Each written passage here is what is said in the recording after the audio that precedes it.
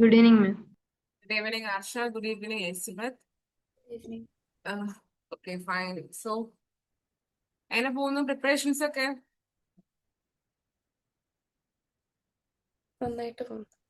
നന്നായിട്ട് പോകുന്നുണ്ട്. ഓക്കെ, എനിക്കൊരു പൊളിറ്റിയുടെ ക്രാഷ് സമയത്ത് എനിക്കൊരു ആർഷ ഉണ്ടായിരുന്നു തോന്നുന്നു അല്ലേ? ഉണ്ടായിരുന്നു മിസ്. ഉണ്ടായിരുന്നു. എലിസബത്ത് ഉണ്ടായിരുന്നില്ല അല്ലേ? ഇല്ല ഇല്ല റെക്കോർഡിംഗ് കണ്ടിട്ടുണ്ടായിരുന്നോ? ഇല്ല റെക്കോർഡിംഗ് ആണ് കേട്ടോ. നിങ്ങൾക്ക് യൂട്യൂബിൽ അവൈലബിൾ ആണെന്ന് തോന്നുന്നു. യൂട്യൂബിൽ നിങ്ങൾക്ക് ലിങ്ക് തന്നിട്ടുണ്ടെന്ന് തോന്നുന്നു അല്ലേ? ഇത് അവൈലബിൾ ആണെന്ന് തോന്നുന്നു. ജസ്റ്റ് റെക്കോർഡിംഗ് ആണ് പൊളിറ്റിയുടെ. സോ നിങ്ങളുടെ അടുത്ത മാസം എക്സാം എഴുതാനുള്ള എല്ലാ തയ്യാറെടുപ്പ് നടന്നുകൊണ്ടിരിക്കുകയാണ് അല്ലേ? എങ്ങനെയുണ്ട്? നിങ്ങൾ മോക്ക് ടെസ്റ്റ് ഒക്കെ എഴുതുന്നുണ്ടോ? മാം, ഞാൻ ഇത്തവണ എഴുതുന്നില്ല. എഴുതുന്നില്ല. നെക്സ്റ്റ് നെക്സ്റ്റ് എഴുതുന്നത്. ഓക്കെ, അപ്പൊ എനിക്ക് തോന്നുന്നു PGM ബാച്ച് എടുക്കുന്നുണ്ടോ എലിസബത്ത്? ഇല്ല, തീരുമാനിച്ചില്ല. ഞാനിപ്പോ വർക്കിംഗ് ആ. അപ്പൊ ഓക്കെ, എവിടെ വർക്ക് ചെയ്യുന്നത്? ഞാനൊരു അമേരിക്കൻ കമ്പനിക്ക് വേണ്ടിയാണ് വർക്ക് ചെയ്യുന്നത്. അപ്പൊ ഞങ്ങൾ വർക്ക് ഫ്രം ഹോം ടൈമിംഗ് ആണോ? Work from home. From home ആണ്. ഓക്കെ, വീട് എവിടെയാണ് എലിസബത്തിന്റെ? പത്തനംതിട്ട. പത്തനംതിട്ട. ഓക്കെ, എന്തായിരുന്നു ഗ്രാജുവേഷൻ? എഞ്ചിനീയറിംഗ് ആയിരുന്നോ?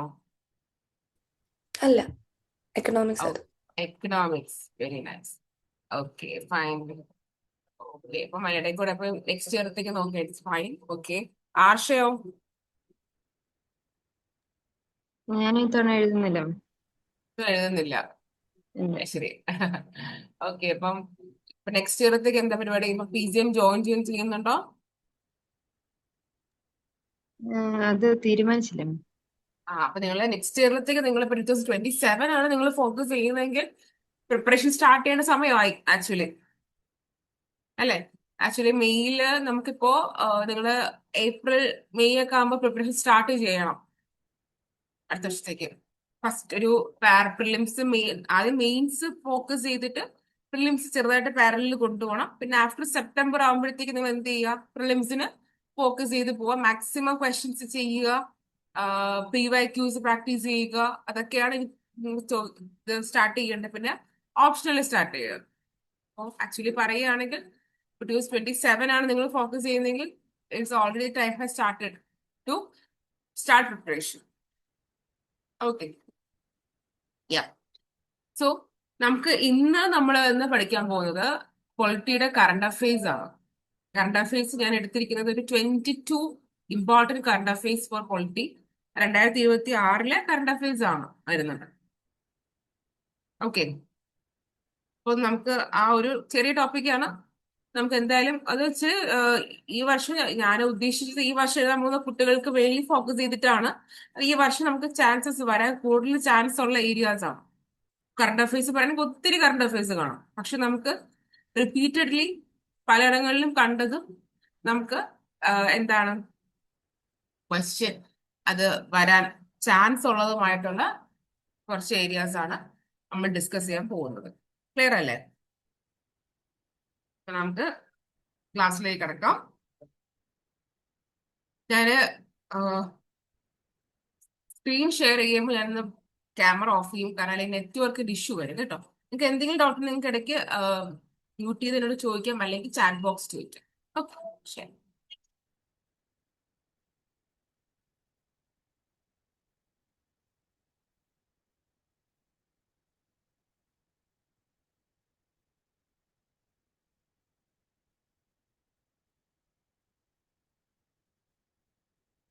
ഇത് കാണാവോ?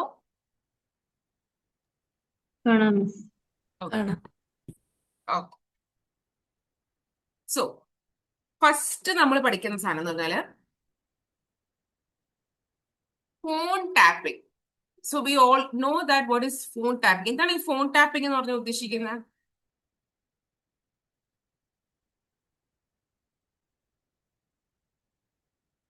So what is A phone tapping means?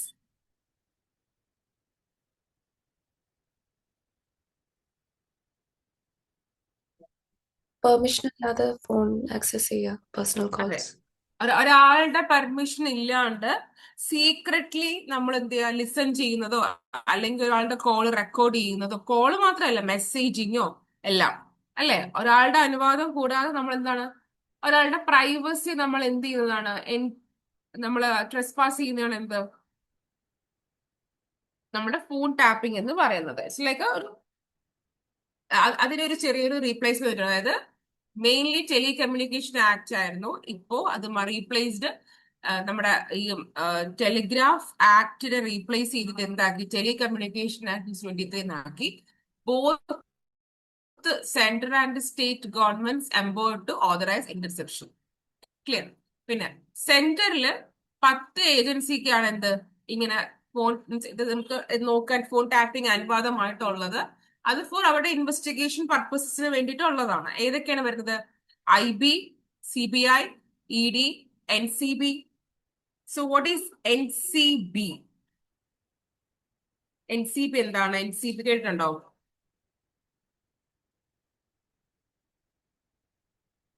Crimes bureau ആണോ national? NCB narcotics control bureau ആണ് കേട്ടോ. അത് നാർക്കോട്ടിക്സ് കൺട്രോൾ ബ്യൂറോ ആണ് NCB എന്ന് പറയുന്നത്. നാർക്കോട്ടിക്സ് ഡെഡി ബിസിനസ് എന്നൊക്കെ പറഞ്ഞിട്ടില്ല നമ്മുടെ സാഗർ ഇലിയസ് ജാക്കി പറയുന്ന പോലെ. അതേപോലെ CBDT എന്ന് പറയുന്നത് എന്താണ്? Central board of direct taxes എന്ന് പറയും. ED ഒക്കെ അറിയാലോ, എൻഫോഴ്സ്മെന്റ് ഡയറക്റ്റ് ഇതെല്ലാം. പിന്നെ DRI എന്ന് പറയുന്നത് directorate of revenue intelligence. Revenue intelligence, directorate of revenue intelligence. NIA എന്ന് പറഞ്ഞാൽ നാഷണൽ ഇൻവെസ്റ്റിഗേഷൻ ഏജൻസി, അതാണ് NIA. പിന്നെ R&AW എന്താണ്? റിസർച്ച് ആൻഡ് അനാലിസിസ് വിങ് ആണ് R&AW. പിന്നെ directorate of signal intelligence, Delhi police commissioner, authorisation procedure. പിന്നെ എന്താണ്? ഇത്രയും ഏജൻസീസ് ആണ് അവർക്ക് എന്താണ്, അവർക്കൊരു ഇങ്ങനെ ഒരു ഫോൺ ടാപ്പിംഗ് അനുവാദമായിട്ട് ഗവൺമെന്റ് അംഗീകരിച്ചിരിക്കുന്നത്. ഇത് നിങ്ങൾ കൃത്യമായിട്ട് പഠിച്ചു വെക്കണം, ക്വസ്റ്റ്യൻസ് ചോദിക്കാൻ ചാൻസ് ഉള്ള ഏരിയാസ് ആണ്. പിന്നെ order must be issued in writing by union home secretary സെൻട്രും, പിന്നെ സ്റ്റേറ്റ് ഹോം സെക്രട്ടറിയാണ് വരുന്നത്. In urgent cases lower authority may issue order but must inform competent authority within prescribed time. കാരണം ചിലപ്പോൾ അർജന്റ് കേസസ് വരുമ്പോൾ lower അതോറിറ്റിക്ക് എന്താണ്, order issue ചെയ്യാൻ പറ്റും, പക്ഷെ എന്താണ്, അതിന്റെ മുന്നിലുള്ള അതോറിറ്റി ആയിട്ട് എന്ത് വരിക്കണം, അവരെ ഇൻഫോം ചെയ്ത ശേഷമേ ചെയ്യാൻ പറ്റത്തുള്ളൂ. ക്ലിയർ? പിന്നെ ലീഗൽ ഫ്രെയിംവർക്ക് ഇന്റർസെപ്ഷനിൽ വരുന്നതാണ് ഏതൊക്കെയാണ്? Telecommunication act, telecom, bullet setup കൂടിപ്പോയതാണ്. ശരിക്കും ലീഗൽ ഫ്രെയിംവർക്ക് ഇന്റർസെപ്ഷനിൽ വരുന്ന കാര്യങ്ങളാണ് ഈ താഴെ പറഞ്ഞിരിക്കുന്നത്. Telecommunication act, telecom rules, IT act 2000 governs electronic communications, example WhatsApp, email. Post office act governs post interception. പിന്നെ വരുന്നതാണ് നമ്മുടെ ജുഡീഷ്യൽ റിവ്യൂ. ജുഡീഷ്യൽ റിവ്യൂല് വരുന്നത് കാര്യങ്ങളാണ് താഴെ പറഞ്ഞിരിക്കുന്നത്. എന്താണ് ഈ ജുഡീഷ്യൽ റിവ്യൂ എന്ന് പറഞ്ഞാൽ? ആർഷ ലാസ്റ്റ് ക്ലാസ്സിൽ പൊളിറ്റിക്കൽ ക്ലാസ് ഉണ്ടായിരുന്നില്ല, ആർഷ പറഞ്ഞു എന്താ വാട്ട് ഇസ് ജുഡീഷ്യൽ റിവ്യൂ?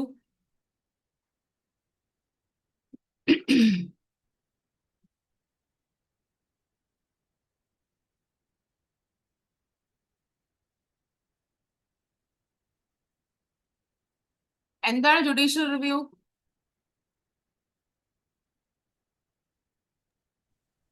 ജുഡീഷ്യറിയുടെ ഏറ്റവും വലിയ ഇത് മറ്റേ പറയുന്ന പോലെ ആയിപ്പോയി. ജുഡീഷ്യറിയുടെ തന്നെ ഏറ്റവും വലിയ പവർ തന്നെയാണ്. സോ ജുഡീഷ്യൽ റിവ്യൂ എന്ന് പറഞ്ഞാൽ to check the constitutionality of a law. ഒരു ലോ പാർലമെന്റ് കൊണ്ടുവരുമ്പോ ആ ലോ ഇപ്പൊ സപ്പോസ് പാർലമെന്റ് ഒരു ലോ കൊണ്ടുവരികയാണ്, ആ ലോ കോൺസ്റ്റിറ്റ്യൂഷന് അക്കോർഡൻസിലാണോ പോകുന്നത്, അല്ലെങ്കിൽ കോൺസ്റ്റിറ്റ്യൂഷന് എതിരാണ് പോകുന്നതെങ്കിൽ, it is going against the constitution ആണെങ്കിൽ എന്ത് സംഭവിക്കും? ആ ലോയെ കോർട്ടിന് ഇൻവാലിഡ് ആക്കാൻ പറ്റും. അതാണ് to check the constitutionality of law. Constitutionality. എനിക്ക് ഈ മൗസ് വെച്ച് എഴുതുന്നതിൽ ചെറിയ പ്രശ്നങ്ങളുണ്ടാവും, എന്നാലും ടീ ഒക്കെ പോകുന്ന പോക്കോ ഈ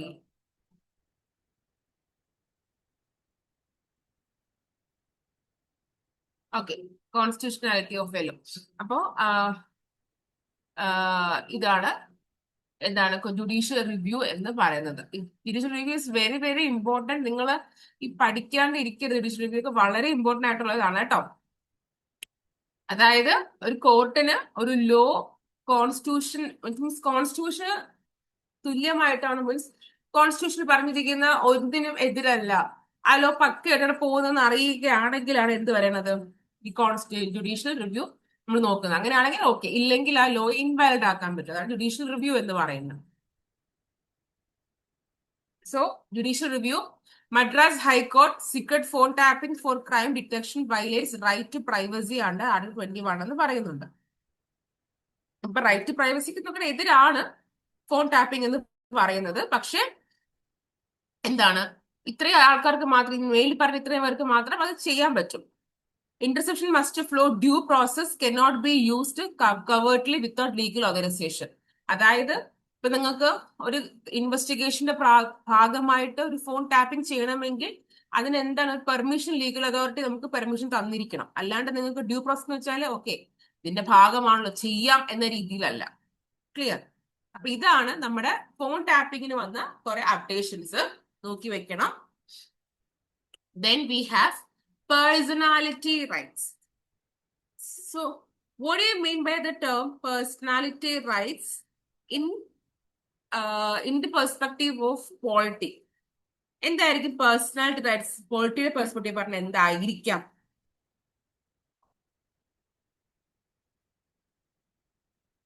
പേഴ്സണൽ റൈറ്റ്സ് വെച്ചാൽ നമ്മൾ കൂടുതലും പറയുന്നത് പബ്ലിസിറ്റി റൈറ്റ്സ് എന്നൊക്കെ പറയാറുണ്ട്. ലൈക്ക് നമ്മുടെ ഒരാളുടെ it's like a person's right to control how their identity is used, അങ്ങനെ നമുക്ക് പറയാൻ പറ്റും.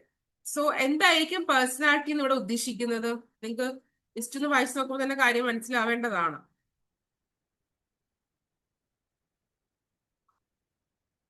ഒരാളുടെ, ഒരു ഇൻഡിവിജ്വലിന്റെ ഐഡന്റിറ്റി, പേഴ്സണൽ ആട്രിബ്യൂട്ട്സ്, ഇപ്പൊ ഒരു പ്രത്യേക തരത്തിലുള്ള വോയിസ് ആയിരിക്കാം, അല്ലെങ്കിൽ പ്രത്യേകമായിട്ടുള്ള ഒരു ഫീച്ചേഴ്സ് ആയിരിക്കാം, അല്ലെങ്കിൽ ഒരു സിഗ്നേച്ചർ ആയിരിക്കാം ഒരാളുടെ, അല്ലെങ്കിൽ അയാൾക്ക് എന്തെങ്കിലും ഒരു പ്രത്യേകത ഉണ്ട്, അതൊക്കെ അയാളുടെ ഒരു അവകാശമാണ്. അത് എന്താണ്, അയാളുടെ അനുവാദമില്ലാണ്ട് നമ്മൾ യൂസ് ചെയ്യുന്നതാണ് പേഴ്സണൽ ഡീറ്റെയിൽസ്. ഫോർ എക്സാമ്പിൾ നമ്മൾ പേടിഎമ്മിലൊക്കെ കാണാൻ ഇപ്പൊ മമ്മൂട്ടിയുടെ ഒക്കെ സ്വർണ്ണം കേട്ടിട്ടുണ്ട് നമ്മൾ, അങ്ങനെയൊക്കെ വരുന്നതൊക്കെ ഓക്കെ, പക്ഷെ അത് മമ്മൂട്ടിയുടെ ഒക്കെ അനുവാദത്തോടു കൂടി ആയിരിക്കണം. Clear? So personality rights refers to the right to control unauthorized use of personal attributes such as name, image, voice, likeness, distinctive expressions, covers both commercial and non-commercial misuse. കാരണം ഇടയ്ക്ക് വരുമ്പോൾ ധോണിയുടെ ഒരു പരസ്യത്തിനകത്ത് ധോണിയുടെ രാവണന്റെ ധോണിയുടെ തല വെച്ച് അങ്ങനത്തെ പ്രശ്നങ്ങൾക്ക് ഓർമ്മയുണ്ടോ? സോ അങ്ങനത്തെ രീതിയിലൊക്കെ വരുന്നത്. പിന്നെ not expressly codified under a single statute in India. കാരണം നമുക്കൊരു ഇതിനൊരു ഒറ്റ നിയമമായിട്ട് പറഞ്ഞു വന്നിട്ടില്ല. സ്റ്റാറ്റ്യൂട്ട് വെച്ച നിയമം ഉദ്ദേശിക്കുന്നത് രണ്ട് കീ കമ്പോണൻസ് ഉണ്ടെന്ന് വെച്ചാൽ റൈറ്റ് ടു പബ്ലിസിറ്റി എന്ന് നിങ്ങൾക്ക് ബുള്ളറ്റ് പോയിന്റ്സ് കൊടുത്തിരിക്കുന്ന പഠിക്കാൻ എളുപ്പത്തിനാണ്, ക്വസ്റ്റ്യൻസ് വരുമ്പോൾ പെട്ടെന്ന് മനസ്സിലാവാനുമാണ്. Protects against commercial exploitation without consent. അതായത് ഒരു പരസ്യ പ്രചാരണത്തിന് വേണ്ടി like for commercial purpose or for advertisement നമ്മൾ എന്ത് ചെയ്യുന്നു, അവരുടെ കൺസെന്റ് ഇല്ലാണ്ട് അവരുടെ ശബ്ദമോ ഇമേജോ ഒക്കെ യൂസ് ചെയ്യുന്നതാണ്. And also it is partly protect under trade marks act and copyright act. It's very important. ഇപ്പൊ ഈ നമ്മുടെ പേഴ്സണാലിറ്റി റൈറ്റ്സ് എവിടെയൊക്കെയാണ് വരുന്നത്? It's partially protected under trade marks ആക്ടും കോപ്പിറൈറ്റ് ആക്ടും. Then right to privacy, it is protected under Article 21 ഇത് വരുന്നത്, recognized in കുട്ടുസ്വാമി ജഡ്ജ്മെന്റ്. സോ കുട്ടുസ്വാമി കേസാണ് റൈറ്റ് ടു പ്രൈവസിയുമായി ബന്ധപ്പെട്ട കേസ്, അത് ഓർത്തിരിക്കണം. റീസൺ ഡെവലപ്മെന്റ് പറയുന്നത് Delhi high court restrained misuse of personality rights of Sadhguru Jaggi Vasudev through AI generated content on digital platform. So ഈ ഒരു കാര്യം വന്നപ്പോഴാണ് നമുക്ക് എന്ത് വന്നത്, പേഴ്സണാലിറ്റി റൈറ്റ്സിന്റെ കാര്യം വന്നത്. ഇപ്പൊ നമുക്കറിയാം ഇറ്റ്സ് എ ഐ എറയാണ്, നമുക്ക് ഫുൾ ആർട്ടിഫിഷ്യൽ ഇന്റലിജൻസ് ആണ്. അപ്പൊ ഇങ്ങനത്തെ രീതിയിൽ ആൾക്കാരുടെ പേഴ്സണാലിറ്റീസ് മിസ്യൂസ് ചെയ്യുന്ന ഫോർ കമേഴ്ഷ്യൽ പർപ്പസിനൊക്കെ വളരെ സുലഭമായി നടക്കുന്ന ഒരു കാര്യമായതുകൊണ്ട് തന്നെ ഇത് ഇമ്പോർട്ടന്റ് ആണ്. ഡൽഹി ഹൈക്കോടതി restrained misuse of personality rights of Sadhguru Jaggi Vasudev. ആരുടെ ഇതിലാണ് ഈ പേഴ്സണൽ ആയിട്ട് വന്ന് പറഞ്ഞാൽ പഠിച്ചു വയ്ക്കുക, സദ്ഗുരു ജഗി വാസുദേവ് എന്ന് പറഞ്ഞത്. So so do you know who is Sadhguru Jaggi Vasudev? എവിടെ കേട്ടിട്ടുണ്ടോ അദ്ദേഹത്തിനെ പറ്റി? വീഡിയോസ് ഉണ്ട്. അദ്ദേഹം കണ്ടിട്ടുണ്ട്. ഇദ്ദേഹം എന്തിന്റെ ഫൗണ്ടർ ആണ്?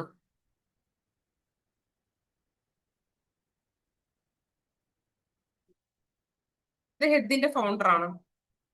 ഭയങ്കര ഫേമസ് ആയിട്ടുള്ള ഒരു സ്ഥലമാണത്.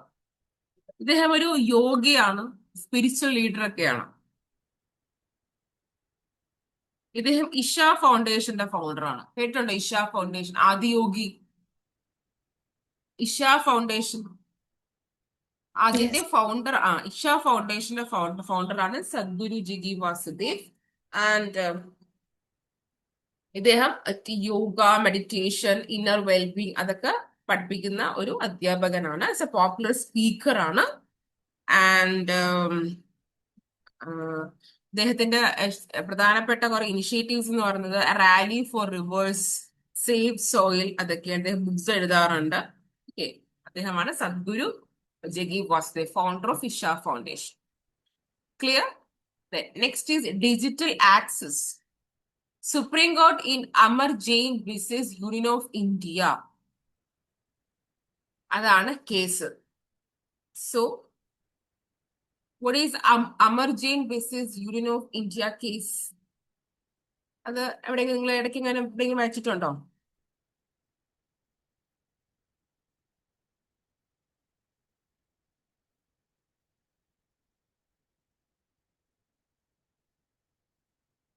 എവിടെയെങ്കിലും റീസണിൽ എവിടെയെങ്കിലും വായിച്ചാൽ നിങ്ങൾ ഓർക്കുന്നുണ്ടോ? ഇത് പേഴ്സണാലിറ്റി, ഇതെന്ന് പറഞ്ഞാല് നമ്മുടെ ഇതെന്ന് പറഞ്ഞാല് ഈ ഒരു പേഴ്സണാലിറ്റി അല്ലെങ്കിൽ പേഴ്സണൽ ലിബർട്ടി ആയിട്ട് ബന്ധപ്പെട്ട ഒരു കേസ് തന്നെയാണിത്.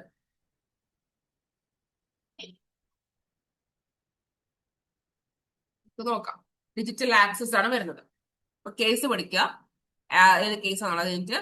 Meaning and inclusive digital access to e governance and welfare systems is a fundamental right under 21, under article 20. എന്താണ് article 21?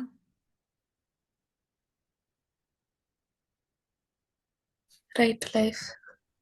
Right to life and personal liberty ആണ്. വെരി ഇമ്പോർട്ടന്റ് ആർട്ടിക്കിൾ ആണ്. ഇതെന്ന് പറഞ്ഞു വെച്ചാല് സോ എനിക്ക് ഈ പേര് തന്നെയുണ്ട് അല്ലെ, ഡിജിറ്റൽ ആക്സസ്. എന്താ ഈ ഡിജിറ്റൽ ആക്സസിന്റെ മീനിങ്? ഡിജിറ്റലി ആക്സസ് ചെയ്യാൻ പറ്റുന്നതാണോ? Ability of individual to access what use digital technologies, അതൊക്കെ തന്നെയാണ് ഡിജിറ്റൽ ആക്സസ് എന്ന് പറയുന്നത്. അപ്പൊ ഡിജിറ്റൽ ആക്സസ് എന്ന് പറയുമ്പോൾ ഇതിനകത്തും ഒരു പേഴ്സണാലിറ്റി, പ്രോപ്പർട്ടി, അയാളുടെ ഐഡന്റിറ്റി, അയാളുടെ ഉദ്ദേശം, ആവശ്യം എന്താണ്, അനുവാദം ഇല്ലാണ്ട്, കൺസെന്റ് ഇല്ലാണ്ട് യൂസ് ചെയ്ത് തന്നെയാണ് ഇത് ഇതിനകത്ത് വരുന്നത്. റൈറ്റ് ടു ഡിജിറ്റൽ ആക്സസ്, ഇപ്പൊ നമുക്ക് ഇന്റർനെറ്റ് യൂസ് ചെയ്യണം, നമ്മുടെ ആവശ്യം ഇന്റർനെറ്റ് യൂസ് ചെയ്യണം, നമുക്ക് ഡിജിറ്റൽ ആക്സസ് വേണം എന്ന് നമ്മുടെ റൈറ്റ് ടു ലൈഫ് ആൻഡ് ലിബർട്ടിയുടെ അടിയിൽ കൊണ്ടുവന്ന ഒരു കേസ് തന്നെയാണ് എന്ത്, ഈ ഒരു അമർജീൻ വിസസ് യൂണിയൻ ഓഫ് ഇന്ത്യ എന്ന് പറയുന്നത്. ഫോർ എക്സാമ്പിൾ, നിങ്ങളിപ്പോ നിങ്ങളുടെ എന്തെങ്കിലും ഒരു കോളേജ് അല്ലെങ്കിൽ സ്കൂൾ എന്തെങ്കിലും ആവശ്യങ്ങൾക്ക് നിങ്ങളിപ്പോ പലയിടത്തും ഏതെങ്കിലും ഒരു ഇന്റർനെറ്റ് കഫേ പോകുമ്പോൾ നിങ്ങൾക്ക് അത് ആക്സസ് ചെയ്യാൻ പറ്റുന്ന അനുവദിക്കുന്നില്ല എന്ന് വിചാരിക്കും. അപ്പൊ നിങ്ങൾക്ക് അത് ആക്സസ് ചെയ്യണം. ഇപ്പൊ നമുക്ക് ഈ ഒരു ഡിജിറ്റൽ എറർ ആയതുകൊണ്ട് നമുക്ക് എന്ത് തന്നെയായിരിക്കും നമ്മുടെ ഈ കോൺസ്റ്റിറ്റ്യൂഷൻ അതനുസരിച്ച് മാറേണ്ടി വരും. അതുകൊണ്ട് ഈ ഒരു ഡിജിറ്റൽ ആക്സസ് എന്ന് പറയുന്നതും നമ്മുടെ right to life and personal ലിബർട്ടിയുടെ അണ്ടറിൽ കൊണ്ടുവന്ന ഒരു കാര്യമാണ്. Court applied doctrine of substantiative equality. എന്തായിരിക്കും സബ്സ്റ്റാൻഷിയേറ്റീവ് ഇക്വാളിറ്റി എന്ന് പറഞ്ഞത്?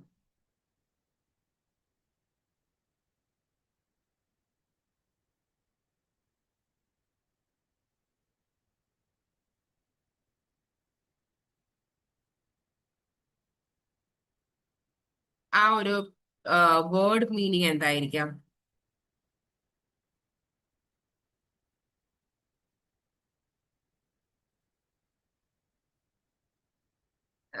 Substantiative equality doctrine. It's like ഒരു ഇത് പറയുകയാണെങ്കിൽ മീനിങ് എന്ന് പറയുന്നത് it's like treating people in a way that എന്താണ് achieves real equality in outcomes, not just equal treatment. എല്ലാവർക്കും ഇപ്പം സിമ്പിൾ ആയിട്ട് പറയുകയാണെങ്കിലും നമ്മൾ എല്ലാവരെയും ഒരുപോലെ കാണാൻ നമുക്ക് പറ്റില്ല. It's not everyone should be treated the same. ഇപ്പൊ നമുക്കിപ്പോ ഫോർ എക്സാമ്പിൾ പറയുകയാണെങ്കിൽ ഇപ്പം നമ്മൾ നമ്മുടെ ഒരു സിറ്റുവേഷൻ അനുസരിച്ച് ഇപ്പൊ അവർക്ക് എന്താണോ വേണ്ടത് നമ്മൾ അവർക്ക് അത് കൊടുക്കണം. ഫോർ എക്സാമ്പിൾ നമ്മൾ APL-കാർക്കും BPL-കാർക്കും ഒരുപോലെ നമ്മൾ എന്താണ് അവര് റേഷൻ ഷോപ്പിൽ നിന്ന് കൊടുക്കേണ്ട കാര്യമില്ല. APL-കാർക്ക് BPL-കാർക്ക് കൊടുക്കുന്ന എല്ലാം കൊടുക്കേണ്ട കാര്യമില്ല. മനസ്സിലായില്ലേ?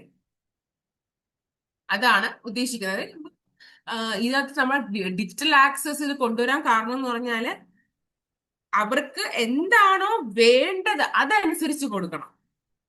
അല്ലാണ്ട് എല്ലാവർക്കും ഒരുപോലെ. ഇപ്പൊ നിങ്ങളുടെ കയ്യിൽ ഇപ്പൊ നിങ്ങളുടെ 10 ഫ്രണ്ട്സ് ഉണ്ട്, അല്ല 5 പേരില് 5 ഡയറി മിൽക്ക് ഉണ്ട്, 5 പേരെ കയ്യിലെ ഡയറി മിൽക്ക് ഇല്ലാത്തത്.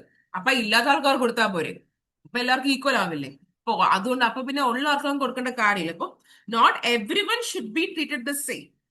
People should be treated according to their needs and circumstances to ensure what fairness. ഇത്രേ ഉള്ളൂ എന്താണ് ഈ ഒരു ഡോക്ട്രിൻ ഓഫ് സബ്സ്റ്റാൻഷ്യൽ ഇക്വാലിറ്റി എന്ന് പറയുന്നത്. ഈ ഡോക്ട്രിൻ എപ്പോഴും റിഫ്ലക്റ്റ് ആകുന്നത് 14, 15 പിന്നെ എവിടെയാണ് 16. ഇത്രയാണ് എന്താ ഡോക്ടർ റിഫ്ലക്റ്റ് ആകുന്നത് കൂടുതൽ എന്ന് പറഞ്ഞാല്. പക്ഷെ ഇപ്പോൾ ഈ കോർട്ട് എന്ത് ചെയ്തു? ഇതിലും ഈ ഒരു കാര്യം കൊണ്ടുവന്നു. And constitutional basis involve 21, 14, 15 and now 38.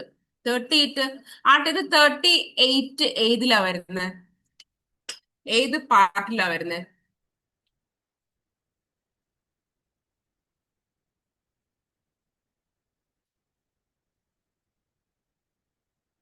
DPSP. Yes, DPSP, correct. And സ്റ്റേറ്റിന്റെ ഒബ്ലിഗേഷൻ എന്താണ് ഈ കാര്യത്തിൽ? Ensure digital infrastructure vulnerable and marginalised group എല്ലാവർക്കും എന്ത് ചെയ്യുക? കുറച്ചും കൂടി ഇന്റർനെറ്റ് ആക്സസ് ചെയ്യാൻ പറ്റാത്തവർക്കും അത് എത്തിച്ചു കൊടുക്കുക. Directions issued, revision of digital KYC norms, know your customer norms എല്ലാം വയ്ക്കുക. Enable access for acid attack വിക്ടിംസും വിഷ്വലി ഇമ്പയർഡ് പേഴ്സൺസും. ഇപ്പൊ നമ്മൾ ഓരോന്ന് ലോഗിൻ ചെയ്യുമ്പോൾ, ഫോർ എക്സാമ്പിൾ നമ്മളിപ്പോ റെയിൽവേക്ക് നമ്മൾ ലോഗിൻ ചെയ്യുമ്പോൾ അവർ താഴെ ഓപ്ഷൻ കൊടുത്തിരിക്കും നിങ്ങൾ വിഷ്വലി ഇമ്പയർഡ് ആണോ എന്ന് നമുക്ക് കൊടുത്തിരിക്കും. സോ അങ്ങനെയുള്ളവർക്ക് എന്ത് കൺസിഡറേഷൻ കൊടുക്കണമെന്നാണ്. അറൌണ്ട് 20 ഡയറക്ഷൻസ് ഉണ്ട് rights of personality with disabilities act 2016. അപ്പൊ ഇതിൽ പഠിക്കാൻ ഡിജിറ്റൽ ആക്സസ് ഏത് കേസുമായി ബന്ധപ്പെട്ടിരിക്കുന്നു, അത് ഏത് ആർട്ടിക്കിൾ ആണ് വരുന്നത്, ഡോക്ട്രിൻ ഓഫ് സബ്സ്റ്റാൻഷ്യൽ ഇക്വാളിറ്റി ഏത് ആർട്ടിക്കിൾസിലാണ് വരുന്നത്, എന്താണെന്ന് പഠിക്കുക. ഇത്ര ഇതിൽ പഠിക്കാനുള്ളൂ കേട്ടോ. Next is digital personal data protection act, DPDP rule. കേട്ടിട്ടുണ്ടോ എവിടെങ്കിലും? Digital personal data protection act 2023 അവിടെ കേട്ടിട്ടുണ്ടോ? ഇടയ്ക്ക് പത്രത്തിലൊക്കെ വരാനുള്ളതാണ്. ഇതൊരു ഡേറ്റ പ്രൈവസിയുടെ ഒരു ഫസ്റ്റ് കോംപ്രഹെൻസീവ് ലോ ആണ്. നമ്മളിപ്പോഴും പറയാറുണ്ട് ഡേറ്റ പ്രൈവസി, ഡേറ്റ ലീക്ക് ആവും എന്നൊക്കെ പറയാറ്. അപ്പം India's first comprehensive law on data privacy ആണ് ഈ digital personal data protection act എന്ന് പറയുന്നത്. which enacted to what നമ്മുടെ personal data, how personal data is collected എന്ന കാര്യം റെഗുലേറ്റ് ചെയ്യാനും സ്റ്റോർ ചെയ്യാനും യൂസ് ചെയ്യാനാണ് കേട്ടോ.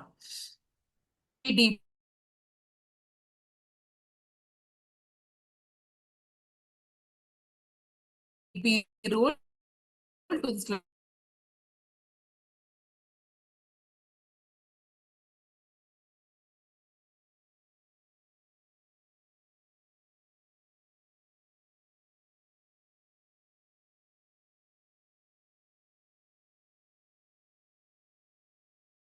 ഐ ഡിയും കൊടുത്താൽ നമുക്ക് ഒന്നെങ്കിൽ കോള് വരും, മെയിലും വരും, അല്ലേ?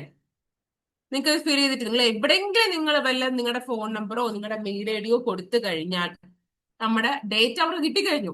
ഒരാളുടെ ഏറ്റവും പേഴ്സണൽ ആയിട്ടുള്ള കാര്യമാണ് എന്താ? അയാളുടെ mobile number and their mail I D. ഈ രണ്ടെണ്ണത്തിൽ ഏതെങ്കിലും ഒരെണ്ണം കിട്ടിയാൽ നമുക്ക് എന്താ ആളെ നമുക്ക് ആക്സസ് ചെയ്യാൻ പറ്റും.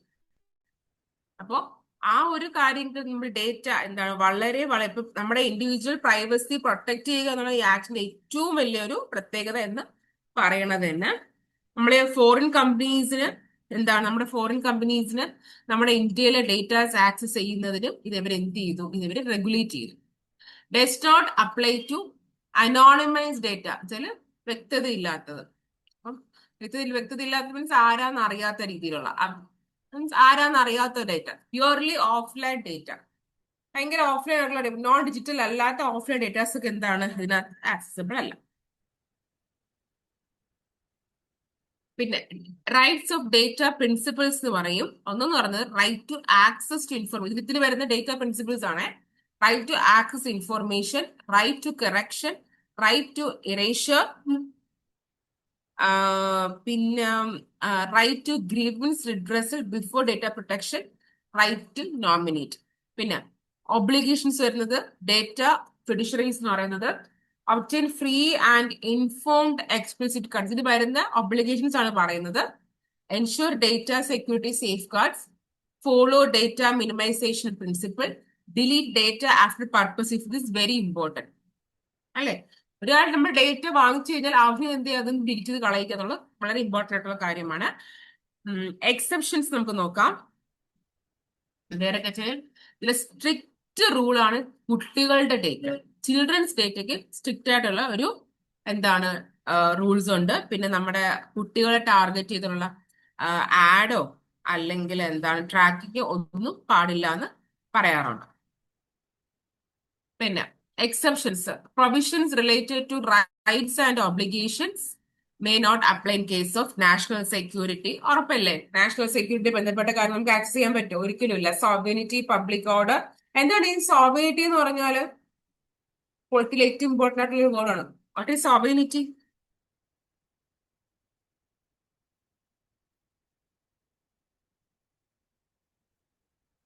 സോവറിനിറ്റി മീൻസ് അൾട്ടിമേറ്റ് പവർ അല്ലെങ്കിൽ സുപ്രീം പവർ എന്ന് പറയാം. Then prevention and investigation of offenses, research, archiving and statistical purposes, enforcement of legal claims, judicial or regulatory functions, startups or notified categories, processing personal data of non-residents under foreign contract, any activity exempted by central government in interest of security or public order. Okay. ഇത് നിങ്ങളെ എപ്പോഴൊക്കെ നിങ്ങൾ prelims ഇപ്പൊ നിങ്ങൾ ഈ വർഷം എഴുതില്ല അടുത്ത വർഷം എഴുതുന്നുണ്ടെങ്കിൽ ഇതൊക്കെ വളരെ ഇമ്പോർട്ടൻ്റ് ആണ്. DP ഒക്കെ എപ്പോഴും ചോദിക്കുന്ന കാര്യങ്ങളാണ്. പിന്നെ ക്രോസ് ബോർഡർ ഡേറ്റ ട്രാൻസ്ഫർ അത് പെർമിറ്റ് ചെയ്യുന്നുണ്ട്. Restricted only to country notified black list. നമുക്ക് ബ്ലാക്ക് ലിസ്റ്റിൽ സെൻട്രൽ ഗവൺമെന്റ് പാകിസ്ഥാനൊക്കെ ബ്ലാക്ക് ലിസ്റ്റ് ചെയ്ത് കുറച്ച് പ്രശ്നമുള്ള കൺട്രീസ് ആയിരിക്കും. അവരുടെയൊക്കെ ആണെങ്കിൽ എന്ത് ചെയ്യുന്നുണ്ട്? നമുക്ക് ക്രോസ് ബോർഡർ ഡേറ്റ എന്ത് ചെയ്യുന്നുണ്ട്? ട്രാൻസ്ഫർ റെസ്ട്രിക്റ്റ് ചെയ്യുന്നുണ്ട്. പിന്നെ data protection board of India, data protection board of India DPBI എന്ന് പറയും. Statutory body under the act, enforces complaints and handles grievances, appeals lie before TDSAT. Then DPDP rules 2025 പറയുന്നത് 18-month phased implementation period ആണ്. Mandatory erasure after purpose completion, processing logs to be retained for minimum 1 year. കാരണം rules ഇപ്പോഴത്തെ 2025 മാറ്റം കൊണ്ടുവന്ന rules ആണ്. ഇതിന്റെ implementation period എത്രയാണ്? 18 month ആണ് വരുന്നത്. പിന്നെ ഇറേഷറിന്റെ അർത്ഥം എന്താണ്? ഇറേഷർ എന്ന് പറഞ്ഞാല്? ഡിലീഷൻ ഓഫ് പേഴ്സണൽ ഡേറ്റ, അത്രേ ഉള്ളൂ. ഡിലീഷൻ ഓഫ് പേഴ്സണൽ ഡേറ്റ, അതാണ് ഇറേഷർ എന്ന് പറഞ്ഞാല്.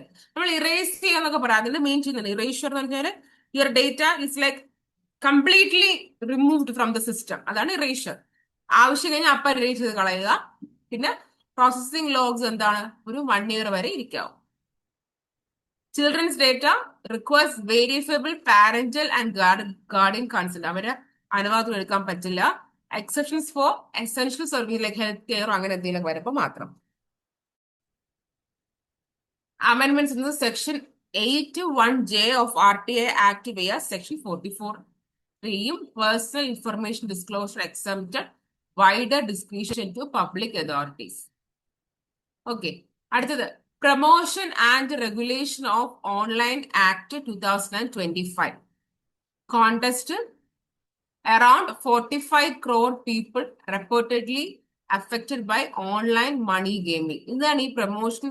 നമ്മുടെ ഈ ഓൺലൈൻ ഗെയിമിങ് ഭയങ്കര റെലവെന്റ് ആയിട്ട് നിൽക്കുന്ന ഒരു സമയം. ലൈക്ക് ഓൺലൈനിൽ കാശ് എടുക്കുന്ന പരിപാടി, ലൈക്ക് കസിനോ, ചൂതാട്ടം എന്നൊക്കെ പറയില്ലേ, ഓൺലൈൻ ഗെയിമിങ്, ഓൺലൈൻ ചൂതാട്ടം, കസിനോ പോലുള്ള ഒരുപാട് ഗെയിമിംഗ് ഉണ്ട്. അപ്പോ പറയുകയാണെങ്കിൽ അറൌണ്ട് 45 crore പീപ്പിൾ എന്താണ് ഈ ഓൺലൈൻ ഗെയിമിങ്ങിൽ ബാധിച്ചിട്ടുണ്ട്. ഏകദേശം 20,000 കോടിയാണ് നഷ്ടങ്ങൾ സംഭവിച്ചുകൊണ്ടിരിക്കുന്നത്. എസ്റ്റിമേറ്റഡ് ഫിനാൻഷ്യൽ ലോസ് ആണ്. WHO recognizes gaming disorder under the International Classification of Diseases. International classification ICD എന്ന് പറയുക. അതിൽ ഗെയിമിംഗ് ഡിസോർഡർ വരെ വേൾഡ് ഹെൽത്ത് ഓർഗനൈസേഷൻ റെക്കഗ്നൈസ് ചെയ്യുന്നുണ്ട്. കൈൻഡ് ഓഫ് അഡിക്ഷൻ ആണ്. നമ്മൾ പൈസ ഇടുമ്പോൾ കൂടുതൽ പൈസ നമുക്ക് ഭയങ്കര അഡിക്ഷൻ ആയിപ്പോ. Public health and financial harm cited as justification for legislation. Then, classification of online games. The Act categorizes online games into 3 types: e-sports, online social games, online money games. E-sports is promoted by Ministry of Youth Affairs and Sports. Online social games is skill-based, educational and recreational. No monetary stakes. Monetary വെച്ചാൽ പൈസ ഇടപാടൊന്നും ഇല്ലാത്ത games ആയിരിക്കും. മൂന്നാമതാണ് online money games. Completely banned ആണ്. Covers games of chance, skill or mixed format involving money, apply offering services in India.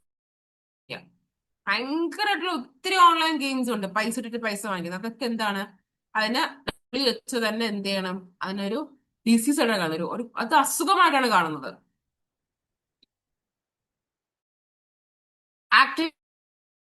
Activities specifically prohibited. Online betting and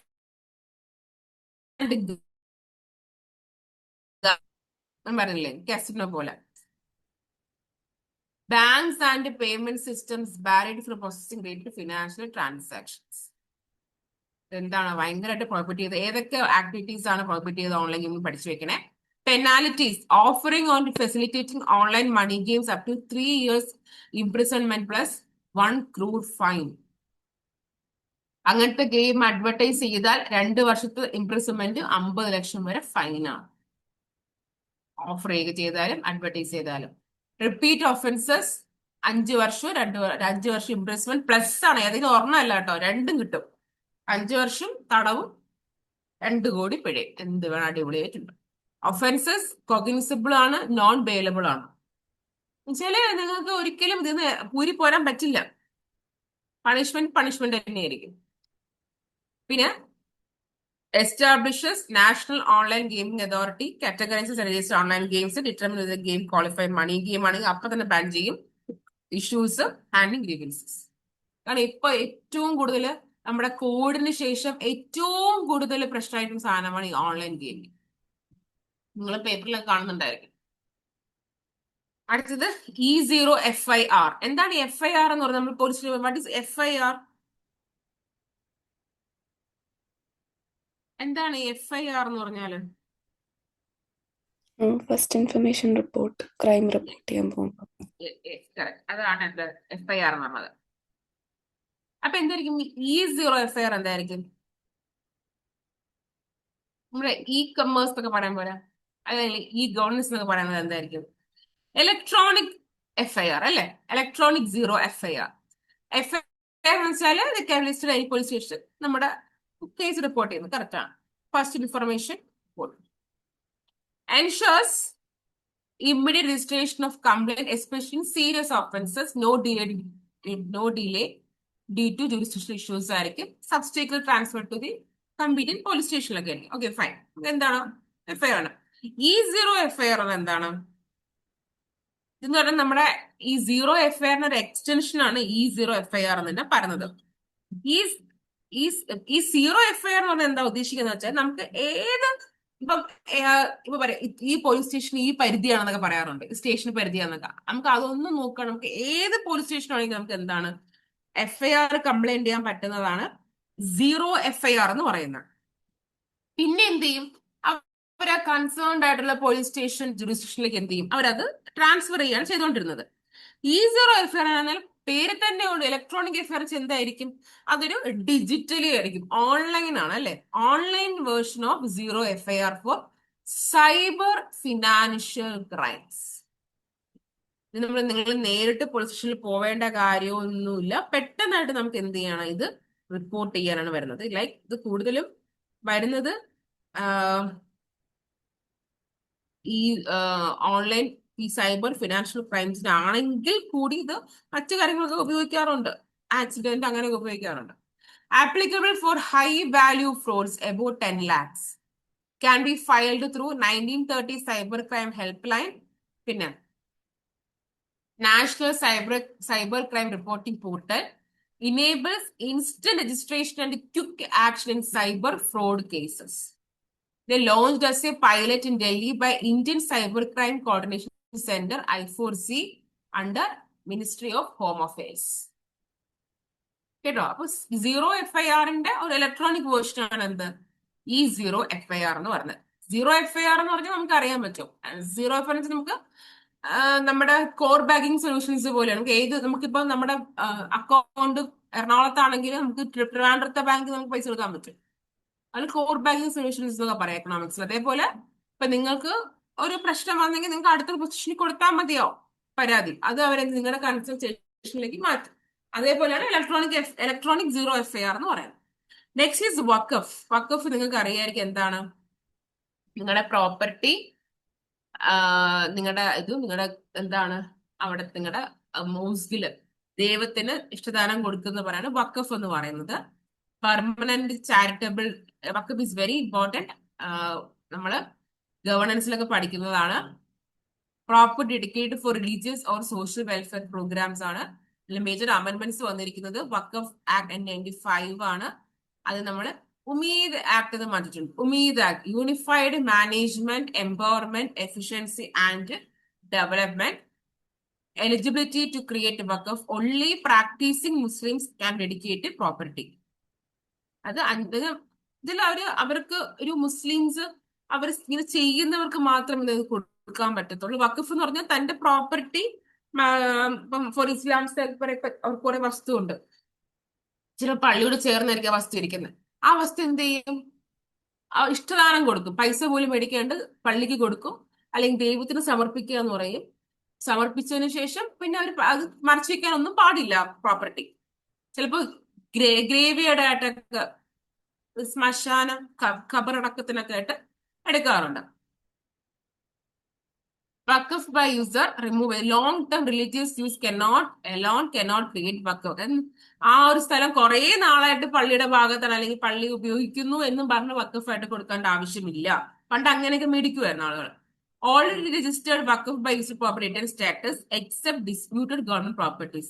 അതായത് already വഖഫ് ആയിട്ടുള്ള വസ്തുവാണെങ്കിൽ എടുക്കാം, കൊടുത്തില്ല. അല്ലാണ്ട് ഇപ്പൊ നിങ്ങൾ പള്ളി ഉപയോഗിച്ചുകൊണ്ടിരിക്കുകയാണ് എന്നും പറഞ്ഞ് പള്ളിക്ക് സംഭാവന കൊടുക്കേണ്ട കാര്യമില്ല. സെക്ഷൻ 40 കളഞ്ഞു. വഖഫ് boards cannot suo motu to declare any property as വഖഫ്. അവർക്ക് ഇപ്പൊ വഖഫ് ബോർഡ് ഉണ്ട്. നമുക്ക് വഖഫ് നിങ്ങൾ ഇതിനാ കണ്ടഫിൽ പറഞ്ഞു, വഖഫ് പഠിക്കാനുള്ളതാണ് ഗവർണൻസിനകത്ത്, വലിയൊരു ടോപ്പിക്കാണ്. ഈ വഖഫ് ബോർഡ് എന്ത് ചെയ്യും, ഈ പ്രോപ്പർട്ടി പള്ളിയുടെ അടുത്ത് കിടക്കണേ ഇതിനെ വഖഫായിട്ട് അങ്ങ് എടുക്കാം, അങ്ങനെ ഉള്ള പരിപാടി ഉണ്ടായിരുന്നു. ഇപ്പൊ അത് എടുത്ത് കളഞ്ഞു.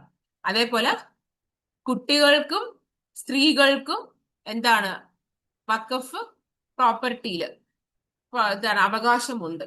അവരുടെയും കൂടെ അനുവാദം ഉണ്ടെങ്കിൽ മാത്രമേ വഖഫ് ആക്കി കൊടുക്കാൻ പറ്റത്തുള്ളൂ. വഖഫ് എന്ന് പറഞ്ഞാൽ പ്രോപ്പർട്ടി പറയുന്നുണ്ട്. ഇപ്പൊ ഈ പ്രോപ്പർട്ടി വഖഫ് എന്ന് പറഞ്ഞാൽ ദൈവത്തിന് കൊടുത്ത പ്രോപ്പർട്ടി ഉദ്ദേശിക്കുന്നത് പള്ളിക്ക്. Government land cannot be declared വഖഫ്. ഉറപ്പല്ലേ, disputes to be examined by state designated officer, reports submitted to the state government. Registration and monitoring, mandatory online registration of all work of property 6 months. പിന്നെ എന്താണ് record instructions allowed under section 75. Umeed portal launch for real time uploading and verification. കാരണം വഖഫ് ആരുടെയൊക്കെ properties ഉണ്ട്, എന്തൊക്കെ ഒരു documentation ഇല്ലാതിരുന്ന സമയത്താണ് ഈ ഒരു അമെന്റ്മെന്റ് വന്നത് തന്നെ. പിന്നെ യൂണിയൻ മിനിസ്റ്റർ ആണ് ഇതിന്റെ വഖഫിന്റെ എക്സ് ഒഫീഷ്യൽ ചെയർമാൻ. പിന്നെ ഇഷ്യൂ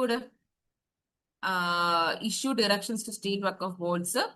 പിന്നെ മെമ്പേഴ്സിന്റെ കാര്യത്തിൽ members of M P supreme കോടതി ഒക്കെ ഉണ്ട്. പിന്നെ വേറെ ഇതിനകത്ത് ഈ വഖഫ് ബോർഡില് പണ്ട് സ്ത്രീകളില്ലായിരുന്നു, ഇപ്പൊ സ്ത്രീകളെ ആഡ് ചെയ്തിട്ടുണ്ട്.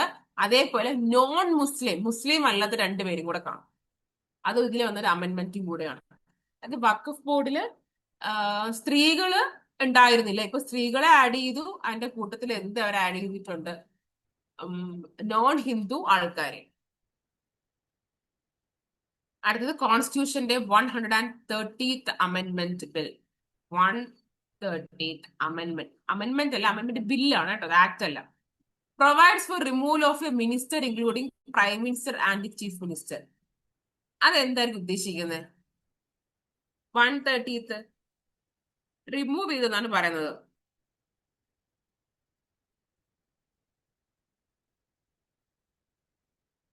അതെന്താ ഉദ്ദേശിക്കുന്നത്?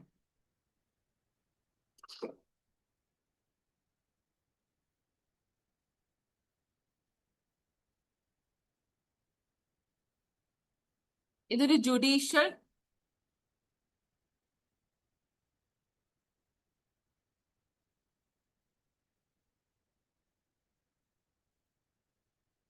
അക്കൗണ്ടബിലിറ്റി ബില്ലാണ്. Removable applicable if accused for an offense punishable with the imprisonment of 5 years or more and arrested and detained for 30 executive days. നിങ്ങൾക്ക് ഈ അമെന്റ്മെന്റ് ഒക്കെ നിങ്ങൾ കാണാറുണ്ട്, അമെന്റ്മെന്റ് ബില്ലൊക്കെ നിങ്ങൾ വായിക്കാറുണ്ട് പത്രത്തിൽ വരുന്ന?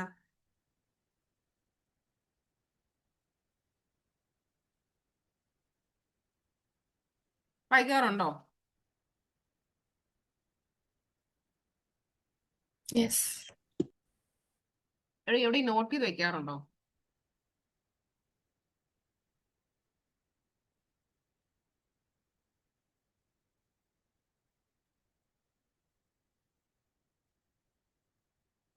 ഈ ബില്ലും ആക്ടും തമ്മിൽ വ്യത്യാസം എന്താണ്? ബില്ല് പാസ്സായിട്ടില്ല, ആക്ട് ലോ ആയി. ബില്ല് എങ്ങനെയാണ് ആക്ട് ആവുന്നത്? രണ്ട് ഹൗസിന്റെയും രണ്ട് ഹൗസിന്റെ അപ്രൂവൽ ഇട്ട് പ്രസിഡന്റ് സൈൻ ചെയ്താൽ. ഓക്കെ, ഇപ്പോ അതാണ് നമ്മുടെ ബില്ല്. ഇതിപ്പോ നമുക്ക് 130ാമത്തെ ബില്ല് എത്ര അമെന്റ്മെന്റ് ഉണ്ട് നമുക്കിപ്പോ ടോട്ടല്? ഇത് ബില്ല് ഇപ്പൊ 106 അമെന്റ്മെന്റ്സ് ഉണ്ട്. നിങ്ങൾ ഏകദേശം 90 മുതൽ എല്ലാം പഠിക്കണം. പിന്നെ ഇടയ്ക്ക് പഠിക്കണം, 1, 7, 14, 21 അങ്ങനെ പുറത്തേക്ക് വരും. ഇത് 130th അമെന്റ്മെന്റ് എന്ന് പറയുന്നത്, ഫോർ എക്സാമ്പിൾ പറയുകയാണെങ്കിൽ നമ്മുടെ ഏതെങ്കിലും ഒരു പ്രൈം മിനിസ്റ്ററോ ചീഫ് മിനിസ്റ്ററോ അല്ലെങ്കിൽ ഏതെങ്കിലും മന്ത്രിമാര് ഒരു 30 ദിവസത്തിൽ അടുപ്പിച്ച് 30 ദിവസം ഒരു സീരിയസ് ക്രിമിനൽ കേസിന് ജയിലിൽ കിടക്കുകയാണെങ്കിൽ അവരെ ആ പൊസിഷനിൽ നിന്ന് മാറ്റണം എന്ന് പറയുന്ന ഒരു ബില്ലാണ് ഇത്. ജുഡീഷ്യൽ ബില്ല് എന്നൊക്കെ പറയുന്നുണ്ട്. പക്ഷെ പറയുകയാണെങ്കിൽ ടോപ്പ് പൊസിഷനിൽ ഇരിക്കുന്ന ഒരു പൊളിറ്റിക്കൽ ലീഡർ കണ്ടിന്യൂസ്ലി 30 ദിവസത്തോളം ഒരു ക്രിമിനൽ കേസിൽ ജയിലിൽ കിടക്കുകയാണെങ്കിൽ അവരെ അതിൽ നിന്ന് മാറ്റണം. പക്ഷെ ആക്ച്വലി നല്ലൊരു ബില്ലാണ് ഇത്. പക്ഷെ ഇത് ബില്ലായിട്ട് തന്നെ കിടക്കുകയാണ്. ഇത് പാസ്സാകുന്നില്ല. ഇതാണ് ഇതിന്റെ ഒരു പ്രത്യേകത. പിന്നെ ഇല്ലെങ്കിൽ എന്ത് ചെയ്യണം? നമ്മൾ 30 ദിവസം അറസ്റ്റ് ചെയ്ത് അല്ലെങ്കിൽ 5 വർഷത്തോളം ഇംപ്രിസൺഡ് ആണെങ്കിൽ എന്ത് ചെയ്യണം? അയാളെ മാറ്റണം എന്നാണ് പറഞ്ഞത്. പക്ഷെ ഇതൊരു നല്ല ബില്ലായത് കൊണ്ട് തന്നെ ഇത് എന്ത് ചെയ്യുന്നുണ്ട്? ഇതിന് അമെന്റ്മെന്റ് ചെയ്യുന്നില്ല. ഒന്നെങ്കിൽ ഈ വ്യക്തികൾ എന്ത് ചെയ്യാം? സ്വമേധ റിസൈൻ ചെയ്ത് പോകണം, ഇല്ലെങ്കിൽ റിമൂവ് ചെയ്യണം എന്നായിരുന്നു. ആരാ റിമൂവ് ചെയ്യുന്ന? പ്രസിഡന്റ് അല്ലെങ്കിൽ ഗവർണർ പ്രൈം മിനിസ്റ്ററുടെ ചീഫ് മിനിസ്റ്ററുടെ അഡ്വൈസോട് കൂടി പ്രൈം മിനിസ്റ്റർ ഇങ്ങനെ പറഞ്ഞാലും പോണം. Automation cessation from office on 31st day. ഇപ്പൊ ഒരാള് ഏപ്രിൽ 1 മുതൽ ഏപ്രിൽ 30 വരെ ജയിലിൽ കിടന്ന മെയ് 1 അയാളെ പുറത്താക്കണം എന്നാണ് പറയുന്നത്. PM or CM required to resign after 30 days of detention, failing which deemed to vacate office from the following day. കാരണം നമ്മുടെ ടോപ്പ് മോസ്റ്റ് പൊളിറ്റിക്കൽ ലീഡേഴ്സ് തന്നെ ഒരു ആവശ്യം ജയിലിൽ കിടന്നാൽ അവർ നമ്മൾ ഭരിക്കാൻ വന്നതിന് പിന്നെ എന്താ കാര്യം? ഇപ്പൊ പറയുന്നത് നിങ്ങളെ മൂത്ത ആളിനെ തെറ്റ് ചെയ്താൽ പിന്നെ ഇളയ ആൾക്ക് എങ്ങനെയാ അത് പഠിക്കാൻ വരുന്നത് പറഞ്ഞ കേൾക്കുന്ന പോലെ നമ്മളെ ഭരിക്കുന്ന ആൾക്കാർ തന്നെ ഭയങ്കര ഫ്രോഡ് കാണിച്ച് ജയിലിൽ കിടക്കുന്ന. How can they punish us if we are violating the laws? അല്ലെ, അതുകൊണ്ടാണ് ഈ ഒരു ബില്ല് വന്നത്. റീസന്റ് ബില്ലാണിത്. ഇത് ജോയിന്റ് പാർലമെന്ററി കമ്മിറ്റിയാണ് ഇതിനെ എക്സാമിൻ ചെയ്യുന്നത്. കുറെ കമ്മിറ്റീസ് നമുക്ക് പോളിറ്റിയിൽ പഠിക്കാനുള്ളതാണ് കേട്ടോ. പിന്നെ next is national e Vidhan application, NeVA എന്ന് പറയും. It's a online platform to digitalise legislative proceedings.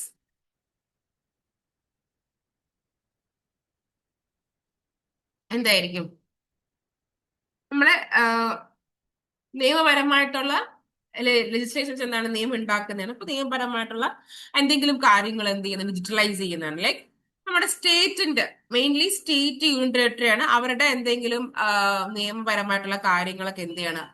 Digitally document ചെയ്യുന്ന ഒരു പ്ലാറ്റ്ഫോമാണ് നാഷണൽ ഇ വിധാൻ ആപ്ലിക്കേഷൻ. നമുക്ക് എന്താണ്? It's a part of 44 mission mode project എന്ന് പറയും. കാരണം ഇത് കുറേ ഉണ്ട് അതിനകത്ത്. 44 മിഷൻ മോഡ് പ്രോജക്റ്റ്, അതിലെ ഒരു ഭാഗമാണിത്. Under digital India program make all registers paperless ആക്കാൻ വേണ്ടിയിട്ടാണ്. 37 ലെജിസ്ലേറ്റീവ് ഹൗസസ് ആണ് ഒരു സിംഗിൾ ഡിജിറ്റൽ പ്ലാറ്റ്ഫോമിൽ വരുന്നത്. 1 നേഷൻ 1 ആപ്ലിക്കേഷൻ. ഫങ്ഷൻസ് എന്താണ്? Assist chair in the smooth conduct of house proceedings ആണ്. നമുക്ക് digital access to bills, questions, proceeding, report എല്ലാം എന്താ ചെയ്യുക? എല്ലാം ഡിജിറ്റലൈസ് ചെയ്യാം. ആൻഡ് ഹോസ്റ്റ് ഓൺ മേഘ്രാജ് 2.0 എന്ന് പറയുന്ന ഒരു പ്ലാറ്റ്ഫോം, ഇതാണ് വരുന്നത് കേട്ടോ. ഇതൊക്കെ റീസെന്റ് വന്ന കുറെ കാര്യങ്ങളാണ് ഇതെല്ലാം. ഇനിയും ഒരു 10-30 കാര്യങ്ങളോളം ഉണ്ട് നമുക്ക് ഇതിലല്ലാതെ തന്നെ. ഞാൻ നിങ്ങൾക്ക് ഗ്രൂപ്പിൽ ഷെയർ ചെയ്ത് തരാം. കുറെ കാര്യങ്ങളോട് വരുന്നത് നിങ്ങൾ വായിച്ചു നോക്കിക്കോ. അത് വളരെ ഇമ്പോർട്ടൻ്റ്. ഞാനിപ്പോ ഇന്നത്തെ ക്ലാസ് എടുക്കുന്നത് അല്ലാണ്ട് നിങ്ങൾക്ക് വായിച്ചു നോക്കിയാൽ മനസ്സിലാവുന്ന കുറെ കാര്യങ്ങളുണ്ട്. ഞാൻ വേണമെങ്കിൽ ഗ്രൂപ്പിൽ നിങ്ങൾക്ക് ഷെയർ ചെയ്ത് തരാം വായിച്ചു നോക്കാൻ വേണ്ടിയിട്ട്. ഒരുപാട് കാര്യങ്ങൾ വരുന്നുണ്ട് നമ്മുടെ കറണ്ട് അഫയേഴ്സ്. കാരണം 1 ഇയർ ഓൾമോസ്റ്റ് കറണ്ട് അഫയേഴ്സ് ആണ് വരുന്നത്. 27 എഴുതാൻ പോയി ഇതൊക്കെ ആപ്പും കാര്യങ്ങളൊക്കെ അപ്ഡേഷൻ വരുന്നത് നോക്കിയാൽ മാത്രം മതിയാവും. പിന്നെ registered unrecognised political parties. Political party registered with national commission under section 29 RPA, representation of people act. ഇതൊക്കെ നിങ്ങൾ പൊളിറ്റി പഠിക്കുന്നതാണ്. Not recognised as state or national parties. അതായത് പൊളിറ്റിക്കൽ പാർട്ടീസ് ഇതിനകത്ത് ഇവിടെയാണ് വരുന്നത്. അവർക്ക് എന്താണ്? അവരാണ് പൊളിറ്റിക്കൽ പാർട്ടീസ് എന്ന് പറയുന്നത്. അങ്ങനെ അല്ലാതെ നമ്മൾ എന്ത് ചെയ്യുന്നു? സ്റ്റേറ്റ് നാഷണൽ പാർട്ടീസ് പറയാറില്ല. സോ ഇലക്ഷൻ കമ്മീഷൻ ആണോ? നമുക്ക് ശരിക്കും പറഞ്ഞാല് ഈ ഇലക്ഷൻ കമ്മീഷന് ഇലക്ഷനുമായിട്ട് എന്തൊക്കെ കാര്യങ്ങൾ ചെയ്യാൻ പറ്റും?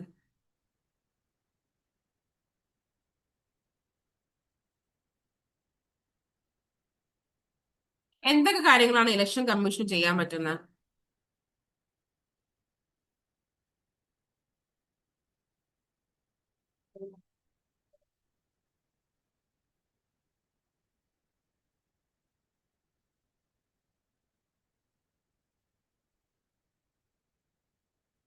ഇലക്ഷൻ കമ്മീഷന് അവർക്ക് എംബ്ലം കൊടുക്കാം, പൊളിറ്റിക്കൽ പാർട്ടി റെക്കഗ്നൈസ് ചെയ്യാം, എല്ലാ കാര്യം ചെയ്യും. പൊളിറ്റിക്കൽ റെക്കഗ്നൈസ് ചെയ്യാം, അവർക്ക് എംബ്ലം കൊടുക്കാൻ, അവർക്ക് ക്യാമ്പിന് അനുവാദം കൊടുക്കാൻ, അവരുടെ പൊളിറ്റിക്കൽ ഫണ്ട് എല്ലാ കാര്യം ചെയ്യാൻ പറ്റും. ഈ രജിസ്റ്റേർഡ് പാർട്ടീസ് എന്താണ്? അൺറെക്കഗ്നൈസ്ഡ് പൊളിറ്റിക്കൽ പാർട്ടീസ് എന്നത് റുപ് എന്ന് പറയുന്ന ഉദ്ദേശം എന്ന് പറഞ്ഞാല് ഈ പാർട്ടീസ് പറഞ്ഞാൽ ഒഫീഷ്യലി അവര് എന്താണ് ആക്ട് അകത്ത് എന്താണ് രജിസ്റ്റർ ചെയ്തതായിരിക്കാം. പക്ഷേ അവര് സ്റ്റേറ്റ് പാർട്ടിയോ നാഷണൽ പാർട്ടിയോ ആയിട്ട് അവരെ അംഗീകരിക്കാനുള്ള ക്രൈറ്റീരിയ അവർക്ക് വന്നിട്ടില്ല. അതാണ് ഈ ഒരു രജിസ്റ്റേർഡ് അൺറെക്കഗ്നൈസ്ഡ് പൊളിറ്റിക്കൽ പാർട്ടി. അവർ രജിസ്റ്റർ വെച്ചാൽ രജിസ്റ്റേർഡ് ആണ്, പക്ഷെ റെക്കഗ്നൈസ് ചെയ്തിട്ടുണ്ടോ എന്ന് പറഞ്ഞില്ല. So under this section, they have registered as political party, but they cannot be recognized as a state or national party. അത് നിങ്ങൾ പൊളിറ്റിയിൽ പഠിക്കുന്നതാണ്. What are the criterias to be a state party or national party? അതാണ് നമുക്ക് ഒരുപാട് പഠിക്കാനുണ്ട്. നമ്മൾ പൊളിറ്റിയിൽ പഠിക്കുന്ന കുറെ പഠിച്ചതിന് ശേഷമാണ് നിങ്ങൾ ഇത് വായിക്കുന്നതെങ്കിൽ നിങ്ങൾക്ക് കുറച്ചുകൂടി അണ്ടർസ്റ്റാൻഡിങ് ആയിരിക്കും. Election Commission has no power to deregister a political party under RP. This is very important. കാരണം ഒരിക്കൽ രജിസ്റ്റർ ചെയ്ത് കഴിഞ്ഞാൽ അവർക്ക് അത് മാറ്റാൻ പറ്റില്ല. As per ECI guidelines, parties not contest election for 6 consecutive years may be removed from the active list. അപ്പൊ 6 വർഷമായിട്ട് അവര് ഇതിന് നിൽക്കുന്നില്ലെങ്കിൽ, ലൈക്ക് എന്താണ്, ഇലക്ഷൻ നിൽക്കുന്നില്ലെങ്കിൽ അവരെന്ത് ചെയ്യാം, വേണമെങ്കിൽ ആക്റ്റീവ് ലിസ്റ്റിൽ നിന്ന് റിമൂവ് ചെയ്യാന്ന് മാത്രമേ ഉള്ളൂ. അല്ലാണ്ട് അവരെ രജിസ്ട്രേഷൻ എടുത്ത് കളയാനുള്ളതൊന്നും പറ്റത്തില്ല.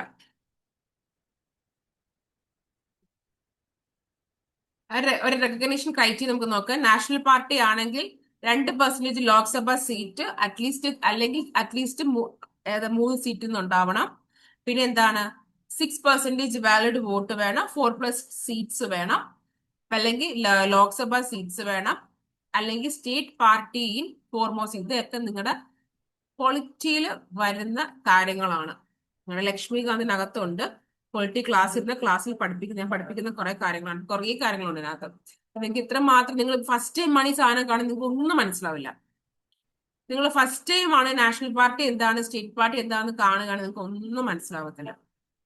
കാരണം ഇതിൽ പറഞ്ഞിരിക്കുന്നത് നാഷണൽ പാർട്ടി എന്ന് പറയുന്നത് 2% ടോട്ടൽ ലോക്സഭ സീറ്റ് വിന്നിങ് ചെയ്യണം. അത് എവിടെ വേണം, 3 സീറ്റിംഗ് അവർക്ക് വേണം.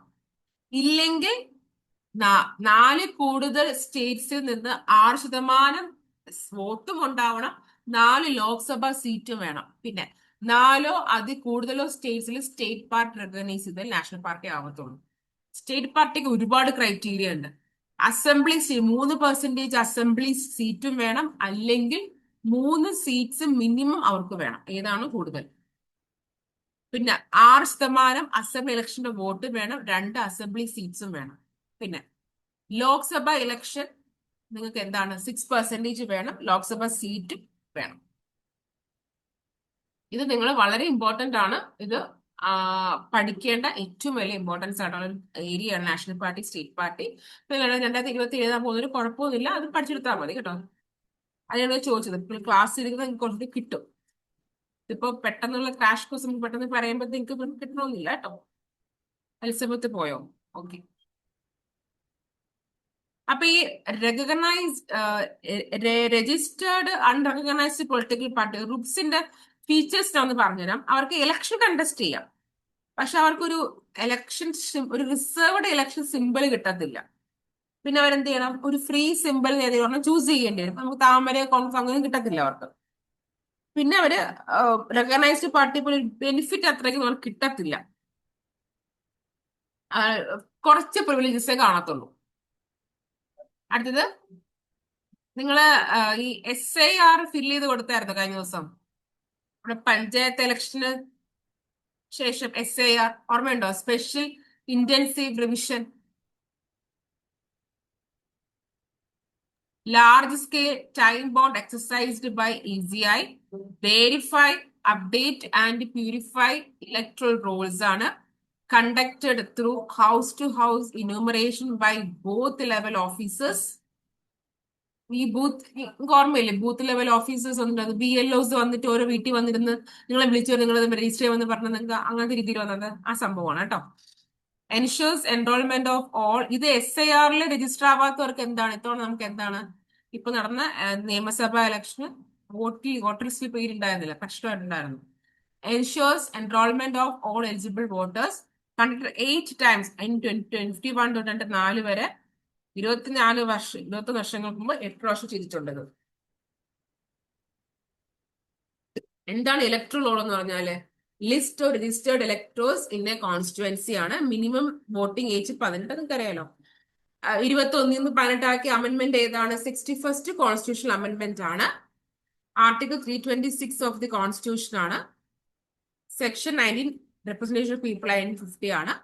പിന്നെ ഈസി നെറ്റ് ഡിജിറ്റൽ പ്ലാറ്റ്ഫോം ഉണ്ട്. എന്തിനാണ്? Digital platform for real time voter turn out നോക്കാൻ വേണ്ടിയിട്ട് നമുക്ക് ഇലക്ഷൻ ഒക്കെ ഉപയോഗിക്കുന്ന ഈ ഒരു പ്ലാറ്റ്ഫോം നമ്മുടെ ഇലക്ഷൻ ഈ വോട്ടേഴ്സിന്റെ കാര്യം നോക്കുന്ന ഒരു പ്ലാറ്റ്ഫോം കൂടിയാണ്. ഇതൊക്കെ നിങ്ങൾ പത്രത്തിലൊക്കെ എപ്പോഴും കാണും. ഇപ്പം നമ്മുടെ ഇലക്ഷൻ ടൈം ആയപ്പോ ഇടയ്ക്കിടയ്ക്ക് ഈ സാധനങ്ങളൊക്കെ വരാറുണ്ട്. ഈസി നെറ്റ് ഒക്കെ.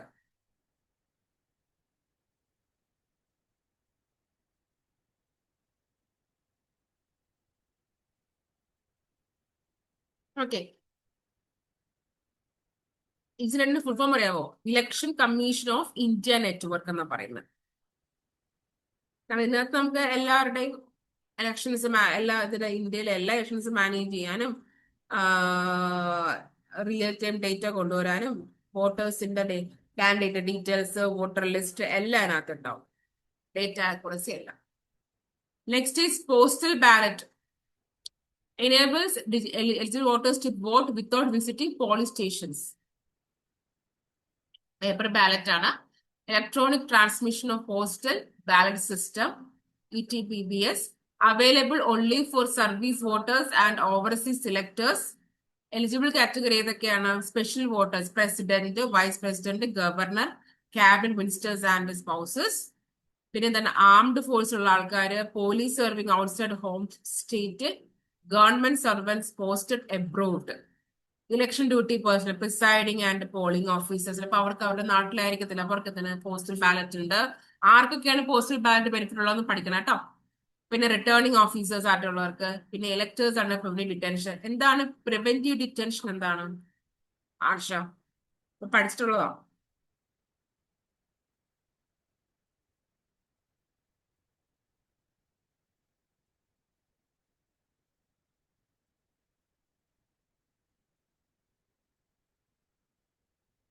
എന്താണ്? കരുതൽ തടങ്കൽ അല്ലേ? അതൊക്കെ നോക്കി വെക്കണം കേട്ടോ. ഒരു മിനിറ്റ്.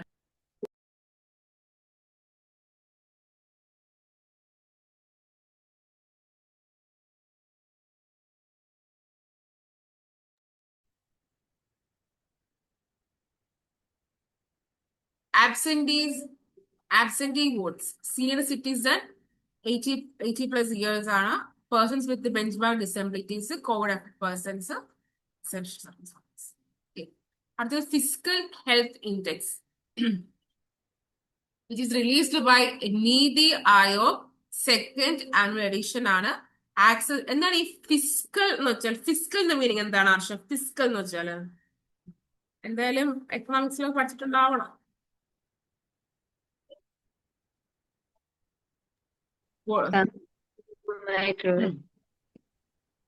ഫിസിക്കൽ എന്ന് വെച്ചാൽ ഗവൺമെന്റ് ഫിനാൻസസ് ആണ് ഫിസിക്കൽ എന്ന് പറഞ്ഞ കേട്ടോ.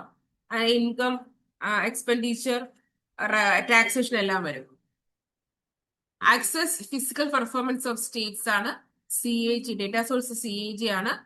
18 ജനറൽ കാറ്റഗറി സ്റ്റേറ്റ്സ് ആണ് വരുന്നത്. 10th north eastern and Himalayan states ആണ് വരുന്നത്. 5 pillars: quality of expenditure, revenue mobilisation, fiscal prudence, debt index, debt sustainability. ഇതെല്ലാമാണ് ഇതിന്റെ 5 പില്ലേഴ്സ് എന്ന് പറയുന്നത്.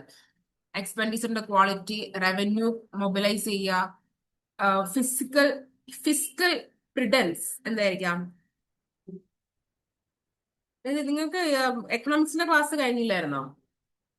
അല്ലെങ്കിൽ വേർഡ് മീനിങ് ഒക്കെ വരണ്ടാണല്ലോ. ഫിസിക്കൽ പ്രിഡൻസ് എന്ന് പറഞ്ഞാൽ ഗവൺമെന്റിന്റെ ഫിനാൻസ് മാനേജ് ചെയ്യുന്നതാണ് ഫിസിക്കൽ പ്രിഡൻസ് എന്ന് പറയുന്നത്. അതായത് smart and disciplined use of public money. ഇത്രേ ഉള്ളൂ. പിന്നെ ഡെറ്റ് ഇൻഡെക്സ്, ഡെറ്റ് സബ്സ്റ്റൻഷ്യബിലിറ്റി. റാങ്കിങ്ങിൽ ജനറൽ കാറ്റഗറിയിൽ അച്ചീവേഴ്സ് ആയിട്ട് ഒഡീഷയാണ് ഫസ്റ്റ്, ഗോവ, ജാർഖണ്ഡ്. താഴെ പോവുകയാണെങ്കിൽ വെസ്റ്റ് ബംഗാൾ. ആസ്പിറേഷനിൽ വെസ്റ്റ് ബംഗാൾ, കേരള, ആന്ധ്രാപ്രദേശ്, പഞ്ചാബ് ആണ്. നോർത്ത് ഈസ്റ്റിലാണെങ്കിൽ അരുണാചൽ പ്രദേശ്, ഉത്തരാഖണ്ഡ്. ആസ്പിറേഷൻ നമുക്ക് അച്ചീവേഴ്സ് ഏറ്റവും മുകളിലുള്ളത്. ആസ്പിറേഷൻ എന്ന് പറഞ്ഞാൽ അവർക്ക് ഇംപ്രൂവ്മെന്റ് ചാൻസസ് ആണ് പറയുന്നത്. Then 50 years of internal emergency. 1975 നമുക്ക് ഫസ്റ്റ് വന്നിട്ടുണ്ടായിരുന്ന. അപ്പൊ നമുക്ക് ഇന്റേണൽ എമർജൻസി വന്നിട്ട് 50 വർഷമായി 2025. Government of India 1935, Weimar constitution emergency എടുത്തിട്ടുള്ളത്, എന്താണ് എമർജൻസി എന്നുള്ളത് പഠിക്കണം.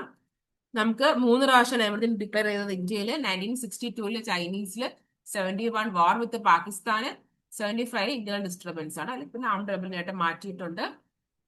പ്രൊസീജിയർ 52 എന്തൊക്കെയാണ്? എല്ലാം എമർജൻസി ആയിട്ട് ബന്ധപ്പെട്ട കാര്യങ്ങളാണ്. എന്റെ ക്ലാസ്സിൽ പറഞ്ഞിട്ടുണ്ടായിരുന്നു, ഓർമ്മയുണ്ടോന്ന് എനിക്കറിയില്ല. Proclaimed by President on written advice of Cabinet, must be approved by both houses within 1 month. Once approved by all for 6 months and can be extended indefinitely with approval of 6 months. അതായത് നമ്മുടെ national emergency എത്ര നാൾ വേണോ പോവാം. Okay. പിന്നെ approval request special majority. Centre state completely സെൻട്രലിന്റെ കീഴിലാകും. So central എല്ലാം തീരുമാനിക്കുന്നത്. That's it. Fundamental rights 19 suspend ആവും. 2021 ഇൻടാക്ട് ആയിരിക്കും. ഇതെല്ലാം അപ്പൊ നമുക്ക് 50 years ഓഫ് എമർജൻസി എന്ന് പഠിക്കുമ്പോൾ നമ്മുടെ പഠിക്കുന്ന സമയത്ത് നാഷണൽ എമർജൻസി ആണ്. അപ്പൊ നാഷണൽ എമർജൻസി എന്തൊക്കെയാണ് എന്നാണ് ഇതിൽ എല്ലാത്തിലും പറയുന്നത്. ഇപ്പൊ നിങ്ങൾ പൊളിറ്റിയിൽ പഠിച്ചിരിക്കേണ്ട കാര്യങ്ങളാണ്. പഠിക്കണേ കേട്ടോ, എപ്പോഴാണ് പഠിച്ചോണതല്ല. പിന്നെ panchayat advancement index high, launched by ministry of panchayat raj ആണ്. ഇതിന് കുറച്ച് ഇൻഡെക്സസ് ഉണ്ട്. Performance and progress of local bodies measures what contribution of panchayat towards achievable. നമുക്ക് 17 SDGs ഉണ്ട്, സസ്റ്റൈനബിൾ ഡെവലപ്മെന്റ് ഗോൾസ് ഉണ്ട്. അപ്പൊ പഞ്ചായത്ത് അഡ്വാൻസ്മെന്റ് ഒരു ഫോക്കസ് ചെയ്യുന്നത് നമ്മുടെ ഗ്രാസ് റൂട്ട് ലെവലായിരിക്കുമല്ലോ. അതിൽ അവർ ഫോക്കസ് ചെയ്യുന്നത് ഇത്രയും കാര്യങ്ങൾ കണ്ടോ. ഇതാണ് പഞ്ചായത്തിന്റെ ഇൻഡെക്സ് നോക്കുന്ന കാര്യങ്ങൾ ഇത്രയും.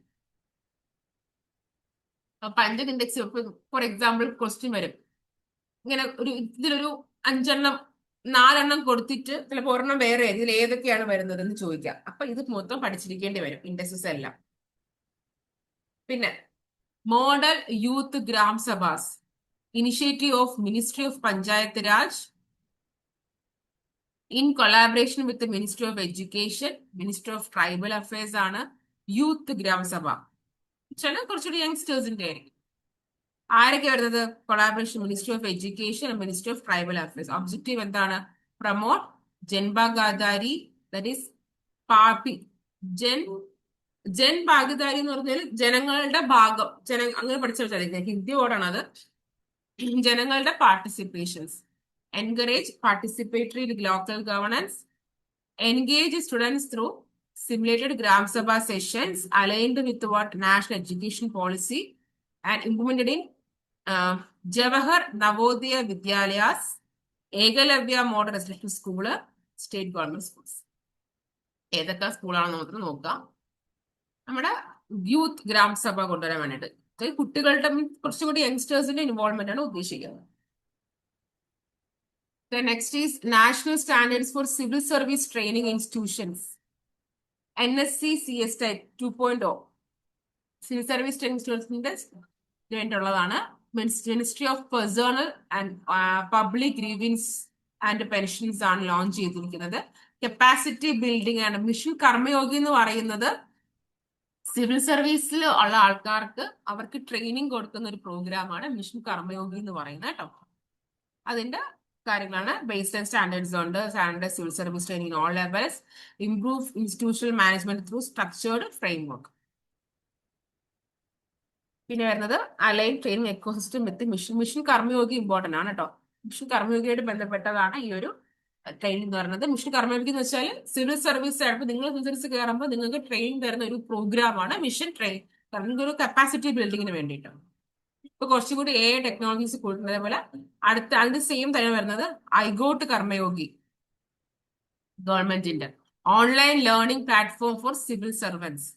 Core component of mission Karmayogi, Karmayogi Bharat എന്നൊക്കെ പറയും. നിങ്ങൾ ട്രെയിനിങ്ങിനൊക്കെ കയറുമ്പോൾ നിങ്ങൾക്ക് ലബസനയിലൊക്കെ നിങ്ങൾ ഏറ്റവും കൂടുതൽ കാണുന്ന സംഭവം ഇത് തന്നെയായിരിക്കും, മിഷൻ കർമ്മയോഗി. കർമ്മത്തിനെ യോഗ്യമാക്കുന്നത്. Self based online courses, webinars ഉണ്ട്, പെയർ ലേണിംഗ് മോഡ്യൂൾസ് ഉണ്ട്. പിന്നെ നാഷണൽ സ്പോർട്സ് ഗവർണൻസ് ആക്ട്. ഇത് വരുന്നത് സ്പോർട്സ് ഏതിൽ വരുന്നു, സ്റ്റേറ്റ് ലിസ്റ്റിലെ എൻട്രി 34 ആണ്. സ്റ്റേറ്റ് ലിസ്റ്റ് ഇതൊക്കെ പഠിക്കാൻ ഇമ്പോർട്ടൻ്റ് ആണ് കേട്ടോ. earlier framework, national sports policy, പിന്നെ അതിന്റെ കീ പ്രൊവിഷൻസ് നോക്കി വെക്കുക. നാഷണൽ സ്പോർട്സ് ഗവേണിംഗ് ബോഡീസ് ഏതിനൊക്കെയാണ്? National olympic committee, national paralympic committee, national and regional sports federations etcetera.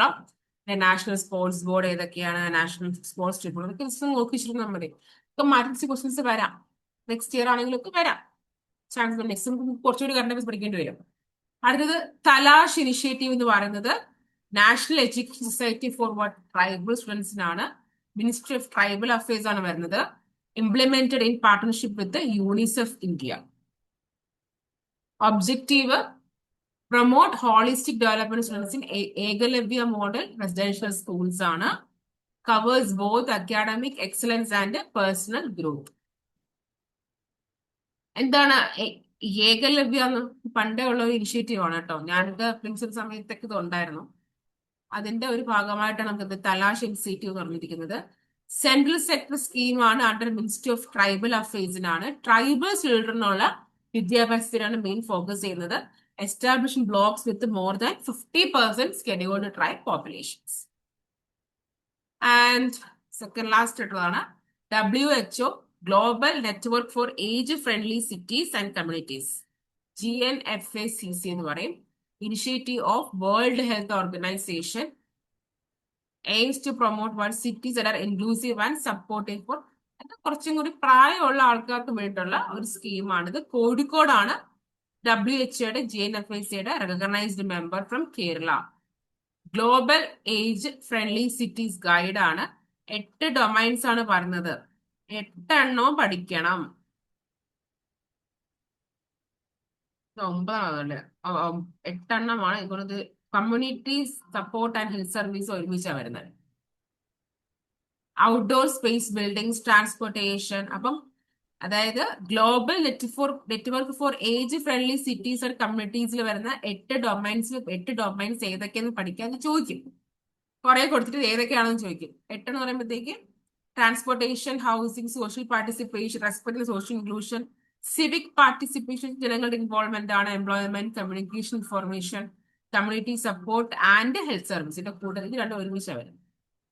Okay. And the last is what? Ullas Nav Bharat Saksharta Karyakram. ഇത് സെൻട്രലി സ്പോൺസേർഡ് എന്ന് പറയുമ്പോൾ central ആയിട്ട് fund ചെയ്യുന്ന മിനിസ്ട്രി ഓഫ് എഡ്യൂക്കേഷൻ ആണ്. Aligned with the national education policy. Provide functional literacy to adults age 15 years and above. School മിസ്സായിട്ടുള്ള കുറെ ആൾക്കാർ കാണത്തില്ലേ, പോകാൻ പറ്റാത്ത, അവർക്കാണ് ചോദിക്കുന്നത്. Focus on what? Reading, writing, നമ്പേഴ്സിന്റെ numeracy, critical life skills.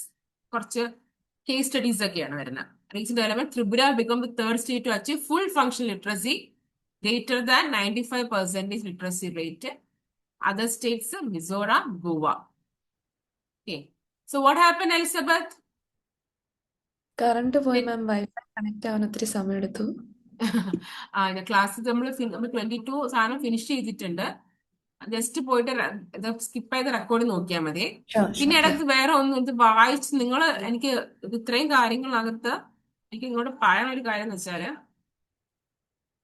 Current അഫയേഴ്സിന്റെ ഒരു വളരെ ബോറിംഗ് ആയിട്ട് വെച്ചാൽ ഭയങ്കര ഡ്രൈ ആണ് കറണ്ട് അഫയേഴ്സ്. അത് പഠിക്കുക എന്ന് പറഞ്ഞാലും ഭയങ്കര പാടാണ്. ഇപ്പൊ നിങ്ങൾ ഇപ്പൊ പോളിറ്റി, എക്കണോമിക്സ്, ജോഗ്രഫി ഒക്കെ നിങ്ങൾ ഇരുന്ന് പഠിക്കുമായിരിക്കും. പക്ഷെ അതിന്റെ കറണ്ട് അഫയേഴ്സ് പഠിക്കാൻ പറഞ്ഞാൽ എല്ലാവരും ഓടും. I have seen many students. Subjects അറിയോ? അറിയാം. കറണ്ട് അഫയേഴ്സ് പഠിക്കാൻ വയ്യ. കറണ്ട് അഫയേഴ്സ് നമ്മള് ഒരിക്കലും കറണ്ട് അഫയേഴ്സ് ഒറ്റയ്ക്ക് പഠിക്കാൻ വേണ്ടി ശ്രമിച്ചു കഴിഞ്ഞാൽ ഭയങ്കര ഡ്രൈ. ഇപ്പൊ നിങ്ങൾ ക്ലാസ്സിൽ നിങ്ങൾക്ക് മനസ്സിലാവും, ഭയങ്കര ഡ്രൈ ആണ്. നമ്മൾ പൊളിറ്റിയുടെ ക്ലാസ് ഇരിക്കുന്ന പോലെയല്ല പൊളിറ്റി കറണ്ട് അഫയേഴ്സിന്റെ ക്ലാസ് ഇരിക്കുന്നത്. ഇപ്പൊ നിങ്ങൾ ഇങ്ങനെ എടുക്കുക. ഇപ്പൊ ഞാൻ നോർമലി എടുക്കുന്നത് പൊളിറ്റി പഠിപ്പിക്കുന്നതിന്റെ കൂട്ടത്തിൽ ഞാൻ കറണ്ട് അഫയേഴ്സ് എടുത്തു. ഇപ്പൊ ഞാൻ ആർട്ടിക്കിൾസിനെ പറ്റി പഠിപ്പിക്കുകയാണെങ്കിൽ അതുമായി ബന്ധപ്പെട്ട കറണ്ട് അഫയേഴ്സ്, ഞാൻ പറഞ്ഞ പോലെ നമ്മുടെ പേഴ്സണാലിറ്റി റൈറ്റ്സ് ഒക്കെ ഞാൻ 21 പഠിപ്പിക്കുമ്പോൾ അതിന്റെ കൂട്ടത്തിൽ പഠിപ്പിച്ചിട്ടുണ്ട്. അപ്പൊ എന്ത് സംഭവിക്കില്ല, നിങ്ങൾക്ക് ആ ഒരു കണക്ഷനും കിട്ടും, ആ ഒരു പഠിക്കാനുള്ള മടിയും മാറിക്കും. മനസ്സിലായോ? അപ്പൊ അതുകൊണ്ട് നിങ്ങൾ പഠിക്കുമ്പോഴാണെങ്കിലും ഒരു സബ്ജക്ട് പഠിക്കുമ്പോൾ അതിന്റെ ഒപ്പം അതിന്റെ കറണ്ട് അഫയേഴ്സ് പഠിച്ചു പോകണം. ഇപ്പൊ നമ്മുടെ പൊളിറ്റിക് ആണെങ്കിൽ കറണ്ട് അഫയേഴ്സേ കാണത്തുള്ളൂ. ഞാൻ ലാസ്റ്റ് പറഞ്ഞത് പൊളിറ്റി മാത്രമല്ല, ഗവർണൻസ് ഞാൻ കുറച്ച് ആഡ് ചെയ്തിട്ടുണ്ട്. സ്കീംസും പ്രോഗ്രാംസ് ആപ്പ് ഇതൊക്കെ ഗവർണൻസിലാണ് വരുന്നത്. ആദ്യം പറഞ്ഞ ഏരിയാസ് ആണ് കൂടുതൽ പൊളിറ്റിയിൽ വരുന്നത്. പേഴ്സണാലിറ്റി റൈറ്റ്സ് ആണെങ്കിൽ തന്നെയും അങ്ങനത്തെ കാര്യങ്ങളൊക്കെ ആണെങ്കിലും ഫോൺ ടാപ്പിംഗ് അതൊക്കെ നമ്മുടെ ഫണ്ടമെന്റൽ റൈറ്റ്സ് പഠിക്കുന്ന കൊടുത്ത് പഠിച്ചു പോകും. ഞാൻ അങ്ങനെ പൊതുവെ ക്ലാസ് എന്റെ കറണ്ട് അഫയേഴ്സ് ക്ലാസ് എന്ന് പറയുമ്പോഴത്തേക്ക് ക്ലാസ്സിന്റെ കൂടെയാണ് അത് പോകണം. ക്ലാസ് കഴിയുമ്പോൾ കറണ്ട് അഫയേഴ്സും ചെയ്യും. അപ്പൊ കറണ്ട് അഫയേഴ്സ് പഠിക്കുമ്പോൾ നിങ്ങൾ അങ്ങനെ ഇപ്പൊ നിങ്ങളിപ്പോ 2027 എഴുതാൻ പോകുന്ന കുട്ടികളാണ്. അതുകൊണ്ട് ഇപ്പോഴേ സ്റ്റാർട്ട് ചെയ്തോളൂ. മെന്റർഷിപ്പ് ആണെങ്കിലും എന്തെങ്കിലുമൊക്കെ എടുത്ത് ഇപ്പോഴേ അങ്ങ് പഠിച്ച് തുടങ്ങേണ്ടതാണ് വേണ്ടത്. മനസ്സിലാവുന്നുണ്ടോ? ഇത് ഞാൻ ഷെയർ ചെയ്ത് തരാം. നിങ്ങൾ എന്ത് ചെയ്യുക, അത് നല്ല രീതിയിൽ പഠിക്കും. ഡൗട്ട്സ് ഉണ്ടാവാം. കാരണം നിങ്ങൾ ഇപ്പൊ നിങ്ങൾ ഒരുവിധം പഠിച്ചിട്ടുള്ള എവിടെയെങ്കിലുമൊക്കെ വായിച്ചിട്ടുണ്ടായിരുന്ന കാര്യമായിരിക്കും. എന്നാലും അത് വീഡിയോ റിപ്പീറ്റ് പഠിച്ചിട്ടോ. ക്ലിയർ ആണോ? Yes ma'am. പിന്നെ ഈ ഒരു എക്സാം എന്ന് പറയുന്നത് just an exam, just part of your life. സുഖമായിട്ട് ഡെഡിക്കേഷനോടുകൂടി കമ്മിറ്റ്മെന്റോടുകൂടിയും നല്ലവണ്ണം ഹാർഡ് വർക്ക് ചെയ്യാൻ സ്മാർട്ട് വർക്ക് ചെയ്യാനുള്ള മനസ്സുണ്ടെങ്കിൽ സുഖമായിട്ട് ക്ലിയർ ആവുന്ന ഒരു എക്സാമേ ഉള്ളൂ സിവിൽ സർവീസ് എക്സാമിനേഷൻ. ഉറപ്പായിട്ടും പാസ്സാവുന്ന എക്സാമാണ്. കാരണം ഇപ്പൊ ഈ സർവീസ് ഇരിക്കുന്ന എല്ലാവരും നിങ്ങളെ പോലെ പണ്ടിരുന്ന ആൾക്കാർ തന്നെയാണ്. എന്റെ എല്ലാ ക്ലാസ്സിലും പറയാറുണ്ട്, every expert was once a beginner. അല്ലെ? സർവീസ് ഇപ്പൊ ഫസ്റ്റ് റാങ്ക് വാങ്ങിക്കുന്ന ആളും പണ്ടൊരു കാലത്ത് നിങ്ങളെ പോലെ ആൾ തന്നെയാണ്. അപ്പൊ അവിടെ എവിടെ നമ്മളെ മീൻസ് എവിടെയാണ് നമ്മൾ ഫോക്കസ് എന്ന് പറഞ്ഞാൽ നമ്മുടെ way of we learn, like നമ്മൾ എങ്ങനെ അത് പ്രിപ്പയർ ചെയ്യും. ലൈക്ക് ഞാൻ എന്നെ പോലെ തന്നെ ഒരുപാട് ഫാക്കൽറ്റീസ് നിങ്ങളുടെ ആ ഗ്രൂപ്പിലുണ്ട്. നിങ്ങൾ കമ്മ്യൂണിക്കേറ്റ് ചെയ്യുക, ഡൗട്ട് ചോദിക്കുക. ഞാൻ എന്റെ പൊളിറ്റി ക്ലാസ്സിൽ ആ എഴുതിട്ടുണ്ട്, ഞാൻ കണ്ടില്ല. എന്റെ ഫെബ്രുവരിയിലാണ് എന്റെ പൊളിറ്റി ക്ലാസ്. അത് കഴിഞ്ഞതിന് ശേഷം നോവൺ ആരും എന്തെങ്കിലും ചോദിക്കുന്നൊക്കെ ഞാൻ പ്രതീക്ഷിച്ചു. നിങ്ങൾ നിങ്ങളുടെ ഫാക്കൽറ്റീസിനെ മാക്സിമം ഉപദ്രവിക്കുക മാക്സിമം ക്വസ്റ്റ്യൻ ഡൗട്ട് ചോദിക്കുക, പഠിച്ചെടുക്കുക. ആൻസർ റൈറ്റിംഗ് ചെയ്യുക ഇസ് വെരി ഇമ്പോർട്ടൻറ്റ്. അതൊക്കെ നമുക്ക് PG നിങ്ങൾ ജോയിൻ ചെയ്യുകയാണെങ്കിൽ നമുക്ക് എല്ലാം ഡിസ്കസ് ചെയ്യാം. ഓക്കെ. ആൻഡ് പൊളിറ്റി നിങ്ങൾ ജോയിൻ ചെയ്യുകയാണെങ്കിൽ അത് എനിക്ക് വിട്ടേക്ക്. അഫ്കോഴ്സ് നിങ്ങൾക്ക് പൊളിറ്റി ഞാൻ പാസ്സാക്കി തരും, guarantee. I have many students prelims പാസ്സായവരുണ്ട്, മെയിൻസ് പാസ്സായവരുണ്ട്, ഇന്റർവ്യൂ പോയിരിക്കുന്ന ആൾക്കാരുണ്ട്. And let's see. ഓക്കെ അല്ലേ? അപ്പൊ നമുക്ക് നെക്സ്റ്റ് ക്ലാസ്സിൽ കാണാം. All the very best. നല്ലോണം പഠിക്കുക. Do your best. Be happy and B positive. Thank you, ma'am. Clear? Thank you. Yeah. Okay, bye. Thank you.